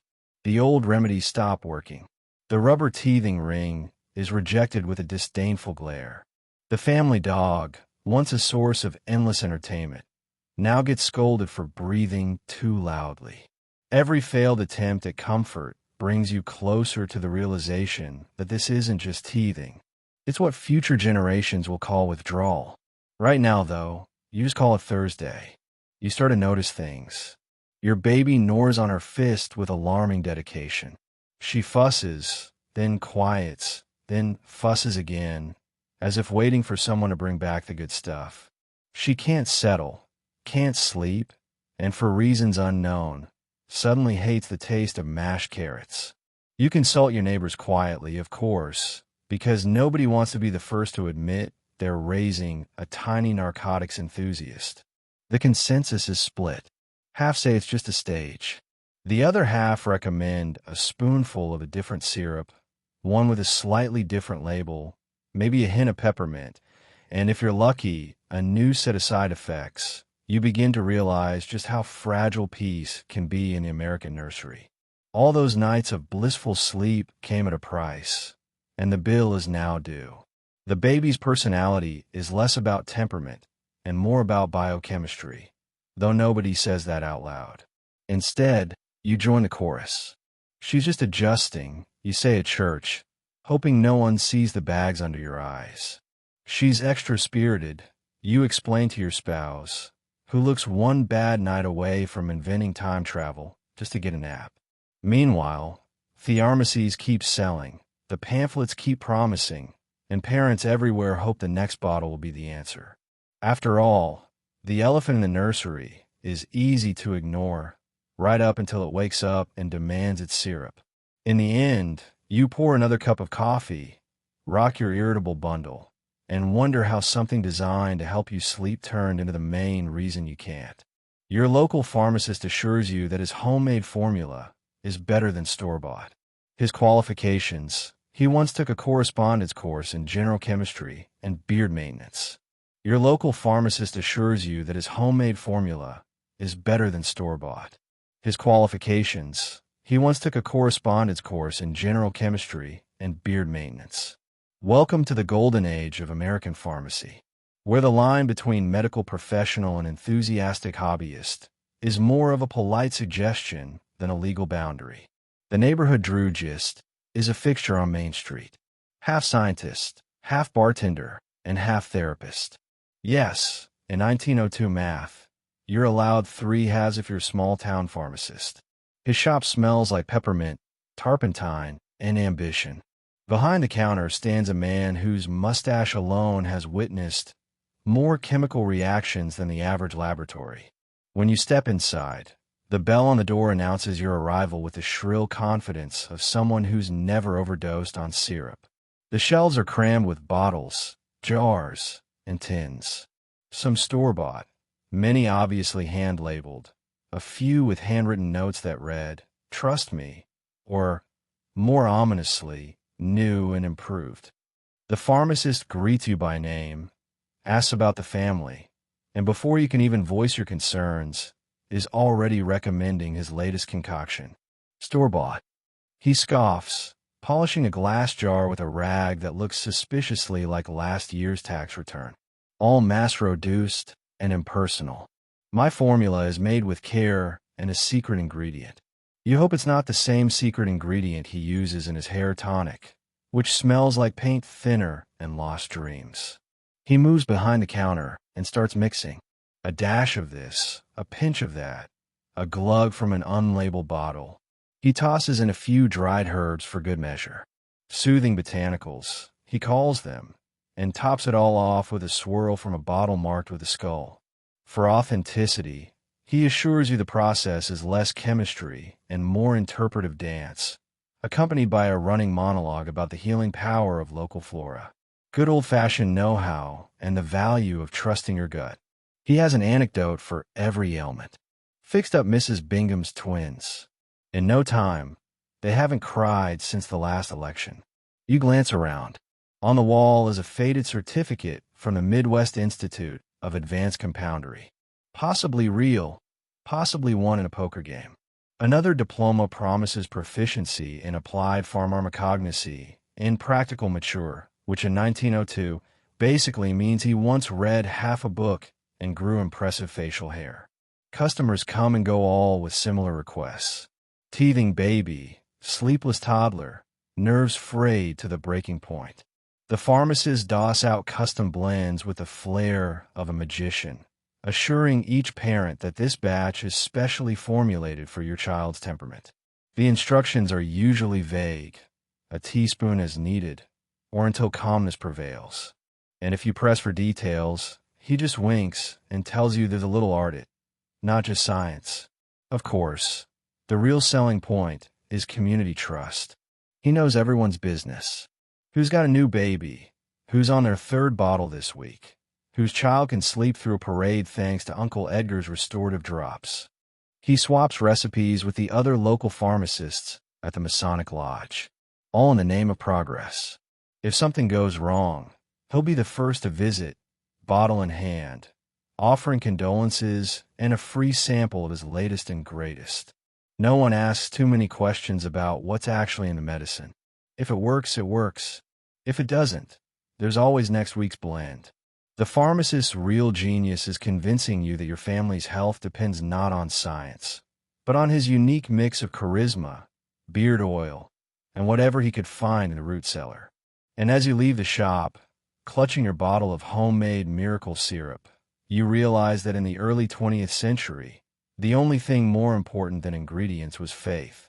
Faith in the pharmacist, faith in the process, and faith that with enough beard maintenance, even the wildest chemical experiment could be made to work at least until the next batch. Rumor spread. The government is considering regulating patent medicines. The local paper warns of overreach, but you're mostly concerned about what on earth you'll use for teething now. Whiskey. It starts as a whisper at the general store, travels through the church pews, and finally lands in your own kitchen. Government men in Washington are thinking about stepping in. They're coming for our syrups, Mrs. Anathy declares, waving her flour-dusted hands.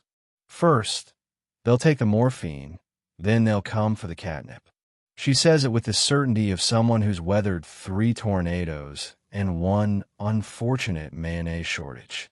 You open the local newspaper, which is bracing for battle.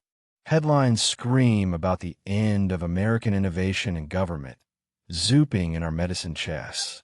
The editorials make it sound like the federal agents are about to storm every nursery in the country, prying bottles from mothers' trembling hands and leaving the nation's babies to face the terror of teething unaided. In the margin, an advertisement for a new herb-based tonic slightly reassures customers that its ingredients are completely unregulated for now. For most parents, the panic isn't philosophical, it's practical. What happens when the syrup is gone? Do you bring back the whiskey-soaked rag, the cold potato amulet, or just let the baby scream and hope the neighbors are understanding? A hush falls over the playground as mothers swap recipes for homemade remedies. Comparing the merits of ginger root and moonshine, suddenly everyone's an amateur apothecary.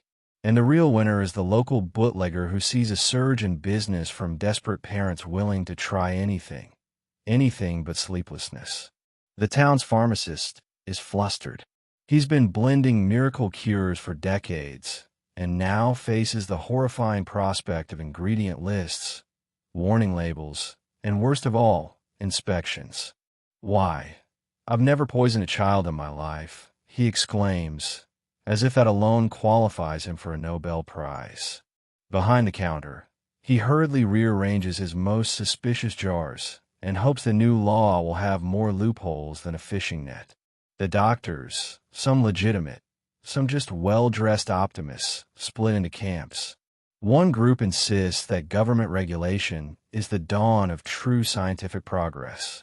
The other says it's the end of parental freedom as we know it. Meanwhile, the oldest doctor in town quietly suggests returning to the old ways. Warm brandy and a lullaby. That's how my mother did it. And look at me. He is at this point 86, and convinced that coughs are caused by bad moods. Of course, there are parents who welcome the change. "I always wondered what was in that syrup," confides Mrs. Kelly, who's recently become suspicious after noticing her toddler napping for 8 hours straight and then reciting the alphabet backwards. But most are just hoping the crackdown will be delayed until their youngest gets all their teeth. "Let's not be hasty," says your neighbor, who has 4 more MERS to go and a healthy fear of unmedicated bedtime. Nationally, the patent medicine tycoons are scrambling to rebrand. Some swap out opium for extra sugar and call it Kinder syrup. Others slap the words natural or herbal on their bottles and hope nobody asks for details. A few offer public demonstrations. See, our syrup is harmless, where volunteer babies are paraded before the crowd, smiling vaguely and drooling on command. Soon enough, the laws arrive. Bottles disappear, recipes change, and suddenly there are things like dosage instructions and side effect warnings in tiny print. The era of Wild West medicine is over, and with it a strange chapter in American parenting closes. Some mourn the loss, others breathe a sigh of relief, and a few just pour a shot of whiskey, this time for themselves. And as your baby gnaws on a cold spoon and wails at the injustice of regulation, you can't help but wonder, was it better when no one knew what was in the bottle? Or now, when everyone knows and nobody wants to talk about it? Either way, bedtime will never be the same. Suddenly, everyone's worried about poisoning the youth. Politicians demand action, but nobody is eager to recall that everyone was doing it. Cue the great forgetting. It all begins with a headline. Bold and breathless scandal in the nursery. Is America dosing its babies? The story spreads faster than a cold in a one-room schoolhouse. What was once considered good practical parenting, helping your baby and yourself get some rest, becomes public enemy number 1. The syrup bottle, once a badge of wisdom, is now a symbol of reckless endangerment.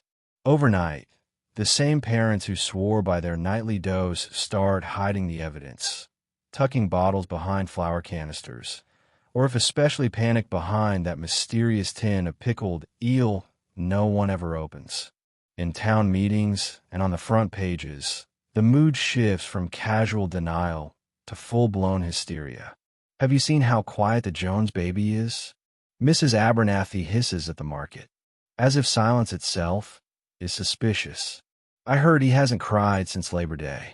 Suddenly, all quiet babies are suspects, and all fussy ones are poster children for clean living. The pharmacy windows fill with new signs, drug-free remedies sold here, and in smaller print, ask about our new herbal spoons. Politicians, sensing an opportunity, take the stage to loudly condemn the drug menace lurking in America's cradles. There are speeches, committees, and public debates. It's a national emergency, bellows Senator Carbuncle, who only last year posed for an ad holding his own restful syrup while his grandson napped like a rock. No one mentions the doctor's sample still rattling in his desk drawer. Suddenly, everyone has always been against heroin syrup. Of course, I never used it, says Mrs. Howard, whose pantry still rattles with half-empty bottles.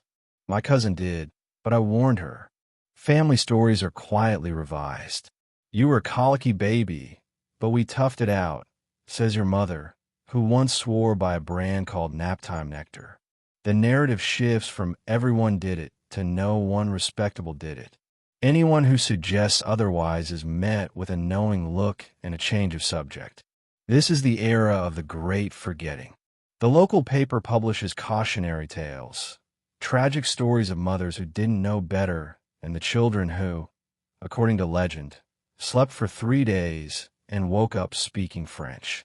Church sermons rail against the dangers of chemical parenting, though the preacher's wife is seen discreetly asking for anything for nerves at the pharmacy later that week. Suddenly, the biggest threat to the family isn't the croup or scarlet fever, but the faint lingering suspicion that you might have accidentally given your child a taste for poetry and opiates. Mothers whisper new advice at quilting bees and church socials. Don't mention the syrup. Just say you use chamomile. Grandfathers who grew up on a steady diet of laudanum and unfiltered pond water shake their heads and proclaim, "We were tougher in my day." Meanwhile, the patent medicine men vanish into the night or rebrand as wellness experts, hawking bitters and tonics that promise the same results now with extra moral fiber. History books will one day look back on this time with a mixture of horror and disbelief. But in the moment, it's all about blame and survival. Nobody wants to be remembered as the villain in the story. So, everyone points fingers elsewhere, conveniently forgetting that last winter's best holiday gift was a crate of soothing syrup and a good night's sleep. As for the babies, they eventually get their teeth, sometimes with a little more fuss, a little less syrup, and a lot more bedtime stories. The nation moves on, invents new crises, and collectively pretends that the era of narcotic nap time was just a strange dream. But every so often, someone finds an old bottle tucked in the attic, reads the faded label, and wonders just how much forgetting it takes to call it progress. With the syrup off shelves, the patent medicine men start selling electric belts, magnetic socks, and bovine nerve elixir. At least none of these contain heroin that you know of. It's the dawn of a new era. The shelves that once gleamed with opiate-laced syrup and cocaine drops are suddenly suspiciously empty. Where syrup bottles stood in proud formation, there are now odd gadgets and new concoctions with names so creative you can feel the desperation in the patent office. The medicine men, never ones to let a good panic go to waste, have reinvented themselves overnight, swapping chemistry for electrical wizardry and anything they can get past a government inspector with weak glasses. You step into the pharmacy expecting the familiar row of miracle tonics. But now the centerpiece is a glittering array of health technologies. First up, the electric belt. It's a wide leather strap studded with copper buttons and a dangling wire, guaranteed to invigorate the entire body and restore one's natural humors. The local ad claims that just 15 minutes a day will make you as energetic as a 6-year-old with a new slingshot. It does not specify if the energy is from electricity or the shock of being zapped on the backside by a faulty battery pack. Next, you find magnetic socks, woolly, slightly itchy, and allegedly aligned to the Earth's curative forces. A satisfied customer, the pharmacist's uncle, is quoted on a hand-drawn sign. "Ever since I put these on, my bunions can predict the weather and my knees never squeak." You're tempted to try a pair, but you're still recovering from last year's experiment with oxygenated undergarments.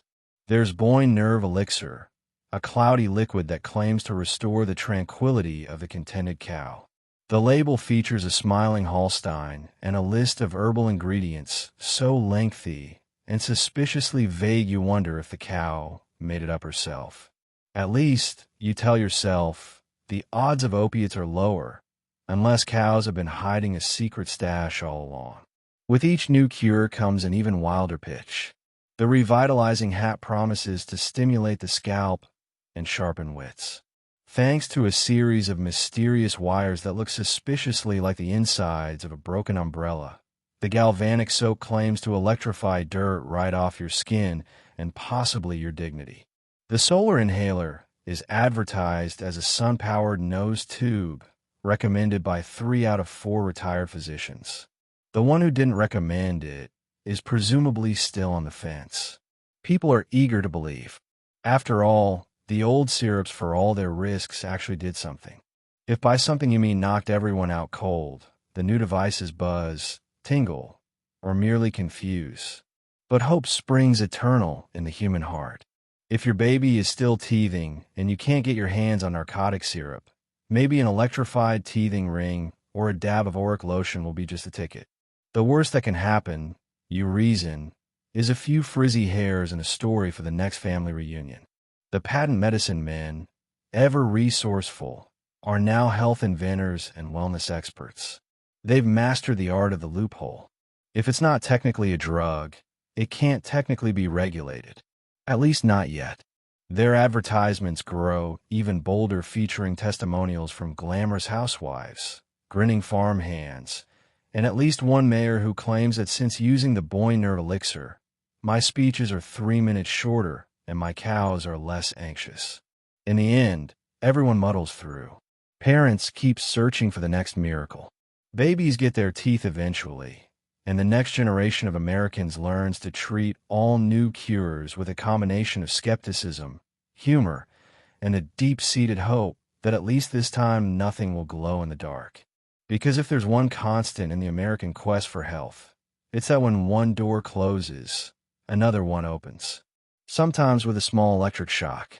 Decades later, your grandparents laugh about the time we all took syrup and napped for 3 days. Family resilience or collective trauma. Either way, it's a bonding experience. Time, as it turns out, is the great equalizer of embarrassment and questionable parenting. What once kept your ancestors up at night with worry or thanks to patent syrup then becomes the stuff of legend retold every Thanksgiving between helpings of mashed potatoes and sideways glances at the family baby. "Oh, you think you had a rough week?" Your grandpa cackles. "Back in my day, we teethed on lordom and lived to tell the tale." The stories always begin the same way. A frazzled parent, a screaming baby, and a bottle of syrup with a label so faded it's more suggestion than information. What follows is a heroic feat of collective forgetfulness, recounted with pride and a little bravado. Grandma gave us all a spoonful before the county fair and had to carry us home in a wheelbarrow, someone recalls, face shining with nostalgia or possibly residual opiates. What was once an act of desperation has become family folklore. The tale of the 3-day nap is retold with laughter. Never mind the mild panic your great-grandmother felt when the children slept through 2 meals and the neighbor's barn dance. It's just the syrup working, she told herself, checking pulses with a chicken feather and trusting in the power of denial. The memory of worry has faded. What remains is the absurdity, the relief, and the feeling that they faced it together, syrup bottle in hand. Every branch of the family tree has its own variation. One uncle claims he developed his love for jazz during those syrup-fueled dreams. An aunt swears the only reason she survived chickenpox was the good doctor's calming tonic. Someone always mentions a cousin who slept so soundly he missed his own birthday.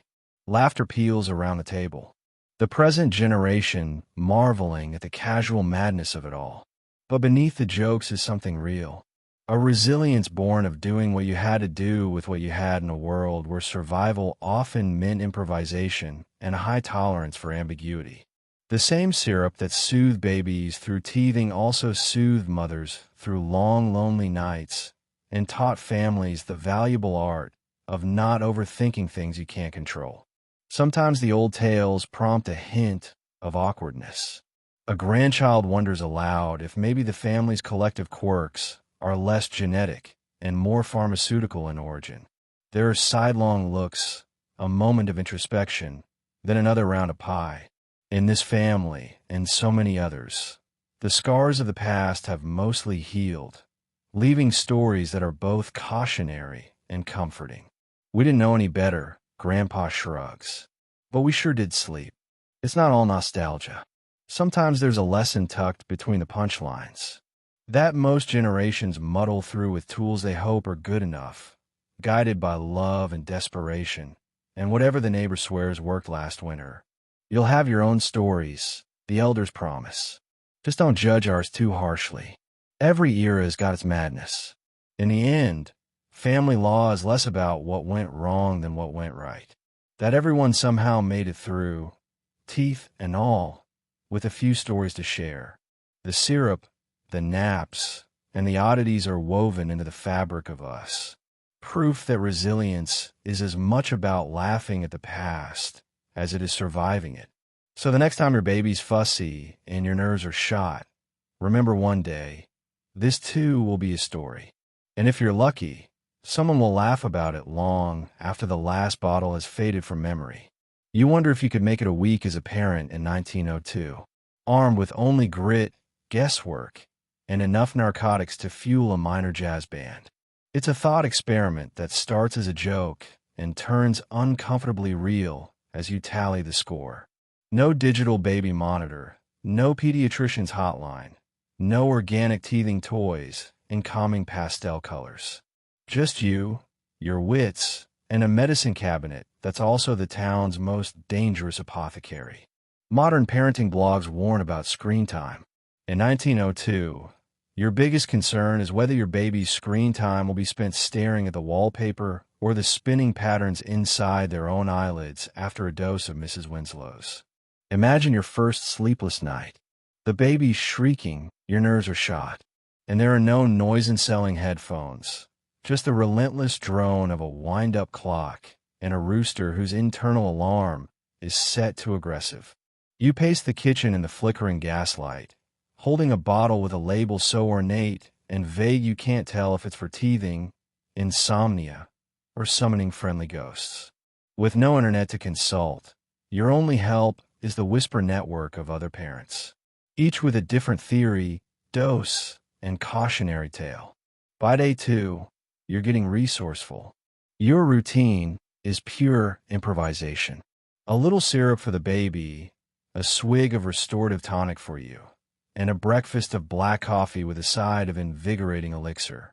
The baby finally sleeps, mouth agape, one fist clenched in victory, and a suspiciously blissful look. For a moment, you marvel at the silence. Then you worry about the silence. Then you poke the baby to check for breathing. Because, as every parent throughout history knows, peace and panic are natural siblings. Day 3, you're running low on confidence and supplies. The neighbors are swapping new home remedies, a bread crust for snoring, a clove rubbed on the gums, a cold potato worn as sock for circulation, whatever that means. Meanwhile, you are the last of the syrup with a mixture of hope and guilt. When the baby stirs, you question your choices for the 12th time that hour. Is this modern science, or just a roll of the dice in the world's most elaborate sleep experiment? By day 4, the lack of regulation is starting to hit home. You find yourself reading the side of the bottle, searching for anything resembling instructions, warnings, or a phone number for customer support. Spoiler, there isn't one. The directions are vague. Use needed or a spoonful at bedtime.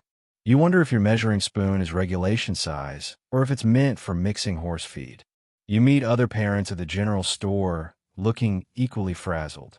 Everyone's comparing sleep schedules and miracle cures, each more suspicious than the last. No one trusts the government, but everyone trusts the neighborhood pharmacist who, judging by his beard, has more experience making me than mixing medicine. By the end of the week, you're not sure if you've survived by luck, resilience, or the lingering effects of whatever's in that gentle nerve syrup. The baby finally cuts a tooth. You celebrate exhausted, relieved, and a little wiser, though not necessarily any more confident. Parenting, you realize, is mostly pretending to know what you're doing and hoping the universe takes pity. So would you have survived? Maybe, maybe not. But the truth is, you do what every parent in every era has done. Improvise, adapt, and rely on the hope that tomorrow brings fewer tears and maybe a little more sleep. And when your modern life feels overwhelming, take heart. At least you're not living in a world where the cure for everything comes with a cork, a wink, and a high probability of side effects. Sometimes survival isn't about having the right answers. It's about making it to sunrise and telling the story later. As you tuck your phone charging, screen watching, allergy-medicated child in a bed, you whisper a quiet thanks for the FDA ingredient lists and teething rings that don't require a prescription. As you tuck your phone charging, screen watching allergy-medicated child in a bed, you whisper a quiet thanks for the FDA ingredient lists and teething rings that don't require a prescription. It's the end of another hectic day. The kitchen glows with LED nightlights. The air hums with the white noise of a climate-controlled home. And your biggest bedtime concern is whether you remembered to switch the baby monitor from audio to video. Your child, drifting off to the soothing glow of a digital aquarium app, clutches a BPA-free silicone teething ring, one that's been sanitized, reviewed by hundreds of other parents online, and approved by more government agencies than your last can of soup. Modern parenting has its own madness. Sure, there's the constant ping of parenting forums, the avalanche of advice about screen time, the parade of allergy alerts, and the deep existential dread that you're not reading enough bedtime stories with positive role models. But in the back of your mind, you know it's all a vast improvement over the old days. Those Wild West years when a parent's main decision was whether to trust the miracle syrup or just let the baby cry and hope for the best. Now, if your child gets a rash, you consult a board-certified pediatrician, not a neighbor, with a suspiciously large collection of amulets. If your baby cries, you have a rainbow of options, frozen teething toys, gentle lullaby playlists, and the occasional stroll with a 5-point harness stroller. When medicine is required, it comes with a list of ingredients longer than your mortgage agreement and warnings, so comprehensive they make you nervous about opening the bottle at all. You marvel at the miracles of modern life. A bottle of pain reliever that actually relieves pain and doesn't contain a single drop of laudanum or medicinal mercury. Teething gels that numb the gums without sending anyone to the moon. Allergy medications that come in kid-friendly flavors. Bubble gum, cherry, even unicorn. And most importantly, don't double as sleep aids for exhausted parents. You can track fevers with a swipe of a forehead thermometer. Video call a doctor from the living room and order diapers to your front door with the press of a button. Your medicine cabinet is less a Pandora's box and more a curated collection of solutions. Each one tested, approved, and regulated. There are no mysterious bottles with hand-painted labels or instructions to use as needed for general nerves. You're not worried that your child's cough drop might contain enough cocaine to fuel a jazz quartet. Still, it's tempting to romanticize the past, to imagine simpler days when every cure was homemade and family law was stronger than fact. But nostalgia has a way of editing out the parts where people were just making it up as they went along, rolling the dice, hoping for the best, and sometimes paying the price. Today, at least, you can Google a symptom before resorting to remedies that might double as paint thinner. As you tuck in your child, fed, clean, and mercifully awake, you realize that modern miracles aren't about perfection. They're about having options, about not having to choose between sleep and safety, between peace and plausible deniability. It's about living in an age where the cure is usually less dangerous than the disease. So tonight, you flip off the light, tiptoe out of the room, and pause for a moment. You whisper a little gratitude to the powers that be, the scientists, the regulators, and all the anonymous parents who blundered through the past so you wouldn't have to. Because you know the real miracle is being able to rest easy, knowing that when your child wakes up tomorrow, it'll be with all their teeth and only a little bit of existential dread. It's Saturday, and the medicine show is in town. Part vaudeville, part sales pitch, all chaos. The crowd gathers to watch a man in a sequined coat swallow swords and then announce that his greatest trick is curing your baby's teeth, nerves, and possibly your marriage. A bottle of his finest, soothing syrup is just a nickel. And every kid in town is about to nap through the next 3 days. You buy 2, just in case the first one actually works. There's nothing quite like a medicine show rolling into a sleepy American town in 1902. The whole event is a blur of music, cheers, and a faint undercurrent of panic from parents who haven't slept since the latest teething epidemic swept through. You follow the rest of the town to the main square where the showman himself, known only as Professor Sparkle, stands atop a wagon painted in dizzying stripes, flanked by dancing girls, a banjo player, and a man wearing a bear suit for no apparent reason. The performance is a sensory overload. Sword swallowing, fire eating, a trained chicken that can predict your future. Each act more distracting than the last. Every so often, Professor Sparkle launches into his real routine, the sales pitch. Mothers, fathers, are your nights interrupted by the wailing of tiny demons? He shouts, winking at the crowd. Do you yearn for sleep, sanity, and domestic harmony? All can be yours. For the price of a penny candy, he flourishes a bottle of syrup, the label dazzling in the afternoon sun. Dr. Sparkle's soothing elixir guaranteed to tame the wildest child. There's no FDA, no Better Business Bureau, and certainly no background checks. The professor's credentials are his sequined jacket, a booming voice, and an assistant with the suspiciously healthy glow of someone who's tried all the products. The crowd roars as he cracks a joke, juggles some bottles, and pulls a dove out of his hat, which promptly falls asleep in his hand. Testament, he claims, to the gentle power of his formula. You get swept up in the excitement. Parents jostle for a spot in line, clutching their coins in desperate hopes. The air smells of popcorn, sawdust, and the faintest whiff of menthol. Probably from the curative vapors he's burning in a brazier by the wagon steps. The music swells. The banjo player starts singing about miracle medicine and restful nights. And every kid in town eyes the bottles with the kind of suspicion usually reserved for cough syrup and stewed prunes. Once you finally reach the front, Professor Sparkle presses a bottle into your hand. He leans in, lowers his voice, and assures you, 1 teaspoon, and your little angel will sleep till Monday.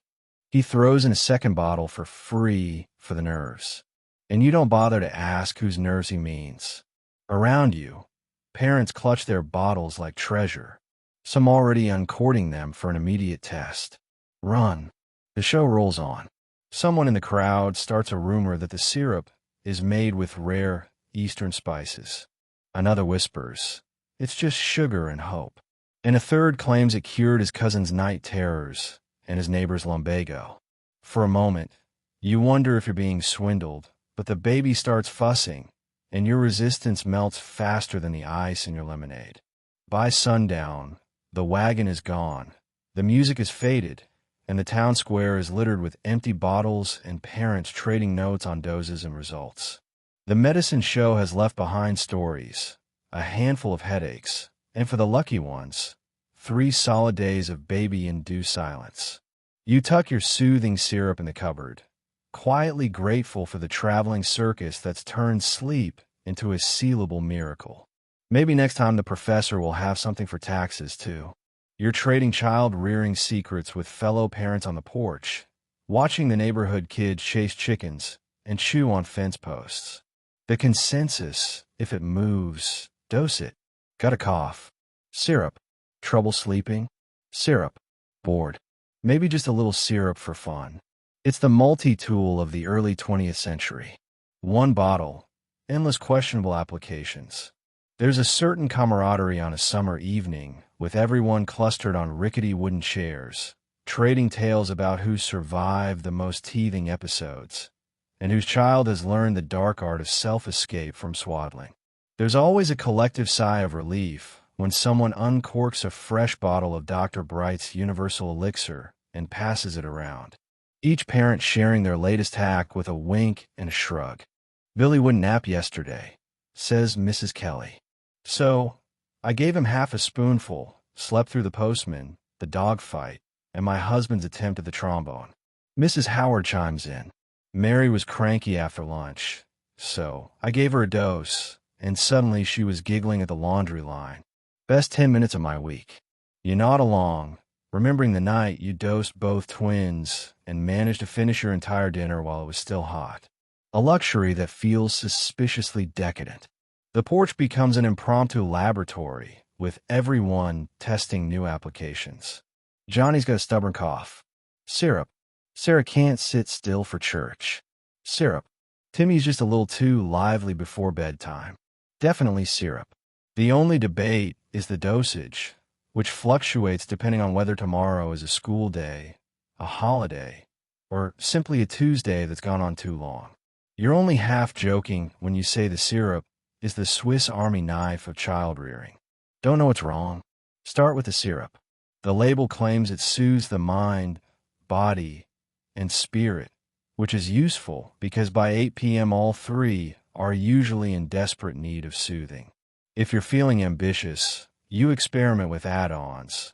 A splash of whiskey for the really tough nights, a dab of clove oil if teething gets theatrical, or a spoonful of honey for flavor, and plausible deniability if the neighbors start asking questions.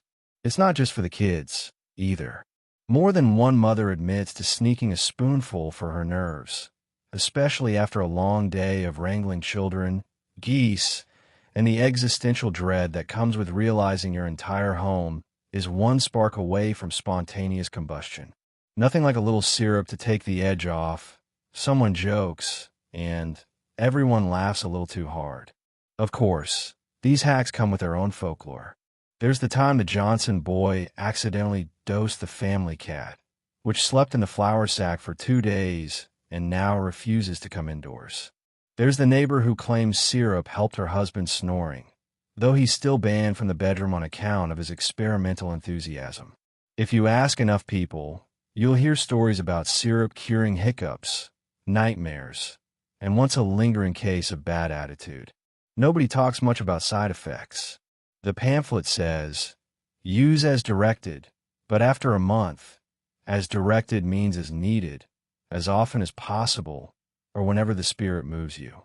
Some children develop a glassy-eyed serenity that's either enlightenment or more likely the side effect of pharmaceutical optimism. Others bounce back with renewed energy, leading to a new round of dosing and the time-honored parental prayer. Maybe just one more spoonful. But for all the questionable applications, the hack that matters most is the solidarity it brings. Parents swapping tricks, laughter, and yes, a little syrup create a network of shared survival. It's not perfect. It's not safe by modern standards. But in a world where the only alternative is pure, unfiltered chaos, if it moves, dose it feels like the best advice anyone's offering. And as the sun sets and the porch quiets down, you tuck the bottle back on the shelf, satisfied that for one more day you've outwitted teething, tantrums, and the relentless march of childhood, one questionable dose at a time. It's 2 a.m. Your baby is teething. Your last bottle is empty, and the pharmacy closed at sundown. The only thing louder than your baby's wailing is the voice in your head wondering if whiskey, lard, or prayer will get you through the night. Desperation breeds creativity. You contemplate driving 100 miles in a Model T just to find a replacement, or maybe inventing ibuprofen yourself. There's a particular terror that sets in when you realize you're out of options and out of syrup. The clock ticks with an almost malicious slowness, mocking your hope that dawn will come before your eardrums give out. In the darkness, every sound is amplified. The baby's cries ricochet off the walls, echoing through your bones. You try rocking, shushing, humming, and offering increasingly ridiculous bribes. Please stop screaming, and I'll let you eat the drapes. Nothing works. You search every drawer, every shelf, every pocket of the house, as if a forgotten bottle might appear out of pure parental desperation. The last place you check is the medicine cabinet, where an old bottle of castor oil taunts you from behind a jar of ancient pickles. The label promises digestive harmony and gentle slumber, but you know from bitter experience that castor oil is really just a fancy way of saying tonight will be memorable for all the wrong reasons. You shake it anyway, listening for the telltale glug of a forgotten miracle. Nothing but disappointment and the faint smell of regret. With the pharmacy locked up tight until morning, your mind starts to wander into the realm of questionable folk remedies. Grandma always said a dab of lard on the gums could cure anything, though she also believed in burying a potato in the backyard for luck. You had the butter dish, then the lard tin, wondering if modern science has gone too far. For a fleeting moment, you even consider rubbing a little whiskey on the baby's gums. After all, it worked for generations, and you could both probably use a drink right now. As you pace the kitchen, you start mentally calculating the distance to the nearest open town, wondering if you could commandeer a neighbor's horse, hitch a ride in a passing wagon, or just run screaming into the night until you hit a pharmacy. Every parent knows the calculus. How much will the baby suffer if you do nothing? And how much will you suffer if you try something new and it backfires spectacularly? The answer is always just enough to make you question your life choices. In the haze of exhaustion, you find yourself inventing home remedies on the spot. Maybe a spoonful of molasses will help, or a bread crust dipped in honey. Or you could try singing backwards. Surely if the baby can recite Edgar Allan Poe after a dose of syrup, you can ward off teething with a lullaby sung in reverse. Every new idea is slightly more absurd, and yet, in the sleepless void of 2 a.m., anything feels possible. When all else fails, you resort to the last weapon in the parental arsenal, bargaining with higher powers. You whisper pleas to the universe, to your ancestors, to anyone who might be listening in the great beyond. Please just let this child sleep. I promise I'll never complain about laundry again. I'll eat my vegetables. I'll even stop judging Mrs. Abanathy's hat collection. But the crying continues, undeterred by your promises and creative attempts. Eventually, the exhaustion catches up and you settle into the rocking chair, holding your red-faced, wide-eyed baby close. You hum, you sway, and you hold on because that's what parents do when the syrup runs out and the night feels endless. By sunrise, you're not sure if you survived or simply surrendered. But one thing is certain. The first thing you'll do when the pharmacy opens is buy 2 bottles just in case. And maybe for good measure, ask the pharmacist about that miracle lard remedy. After all, there's a new article in the Ladies' Home Journal written by a medical expert who assures readers that heroin is far milder than morphine and entirely safe for the young. You read this while stirring the syrup into your baby's milk and begin to suspect. The real danger is not the medicine, but the people in charge of it. The problem with science, especially in 1902, is that the loudest voice in the room tends to be wearing a bow tie and carrying a degree from the Institute of Theoretical Chemistry and useful guesswork. Back then, medical experts could turn up in the most unexpected places, at the bottom of a cereal box between ads for corsets, or in the family doctor's cousin's parlor, dispensing advice with a wink and a dash of self-confidence. The Ladies' Home Journal is, of course, the authority on all things domestic, sandwiched between cake recipes and advertisements for soap that removes the sullen disposition from your children. You squint at the medical column, written by Dr. Cornelius Everwell, MD. Or maybe that's mostly dramatic. He confidently proclaims that heroin, recently hailed as a miracle sedative, is not only milder than morphine, but perfectly harmless for infants. His evidence, numerous contented mothers, and a series of very promising nap times. It's hard to argue with science that comes with a full-page illustration of a cherubic sleeping baby surrounded by daisies and pure rays of sunlight. The magazine suggests mixing a teaspoon of syrup into warm milk and letting your child drift off to pleasant dreams and gentle restoration. You follow the instructions because the alternatives, sleepless nights, frantic rocking, or trust to your own intuition, sound exhausting. Still, there's a tiny nagging voice in your head. You remember last week's headline about the latest in healthy diets featuring bacon, heavy cream, and a cigarette for digestion? This week's expert is next week's cautionary tale. But in the moment, you're too tired to resist the easy comfort of expert reassurance. After all, who are you to question Dr. Everwell, who surely has a bookshelf somewhere with at least one real book as you stir the syrup into the bottle? You try not to think about the scientific fads that have come and gone. Bleeding, leaching, a brisk walk in the rain to balance the humors. All once considered modern marvels. Your grandmother still keeps a packet of arsenic wafers in her purse, just in case. And your uncle swears that eating coal soot cured his hiccups along with his sense of adventure. The most dangerous thing about these expert recommendations isn't just their confidence. It's how they turn caution into naivety. Neighbors compare notes. The doctor says it's safe. One mother shrugs while her child attempts to nap in the bread box. Soon, everyone is dosing with impunity. Each bottle emptied in the name of progress and good science. The question of long-term effects is waved away with a cheery, "If it's in the magazine, it must be true." The truth, of course, is that the experts are winging it as much as the rest of you, only with fancier stationery and a louder megaphone. Years from now, new experts will shake their heads and wonder how anyone believes such things, conveniently forgetting the time they prescribed magnetic foot baths for arthritis and radium-infused toothpaste for brighter smiles. For now, you trust, you hope, and you follow the advice because science, like parenting, is mostly about guessing until someone invents a better guess. And if your baby sleeps peacefully, if a little too peacefully, you try not to let the doubt linger. After all, you did everything right. The expert said so. And as you tuck your child into bed, you silently vow to read every new headline with a grain of salt, a dash of skepticism, and just in case, a backup plan that doesn't involve the latest marvel of modern chemistry.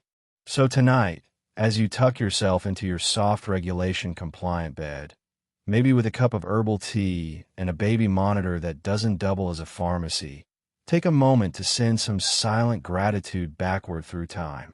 Because the next time your toddler's teething keeps you up at 3 a.m., you can reach for a chilled teething ring, not a bottle of Dr. Goodnight's soothing syrup now with 50% less heroin.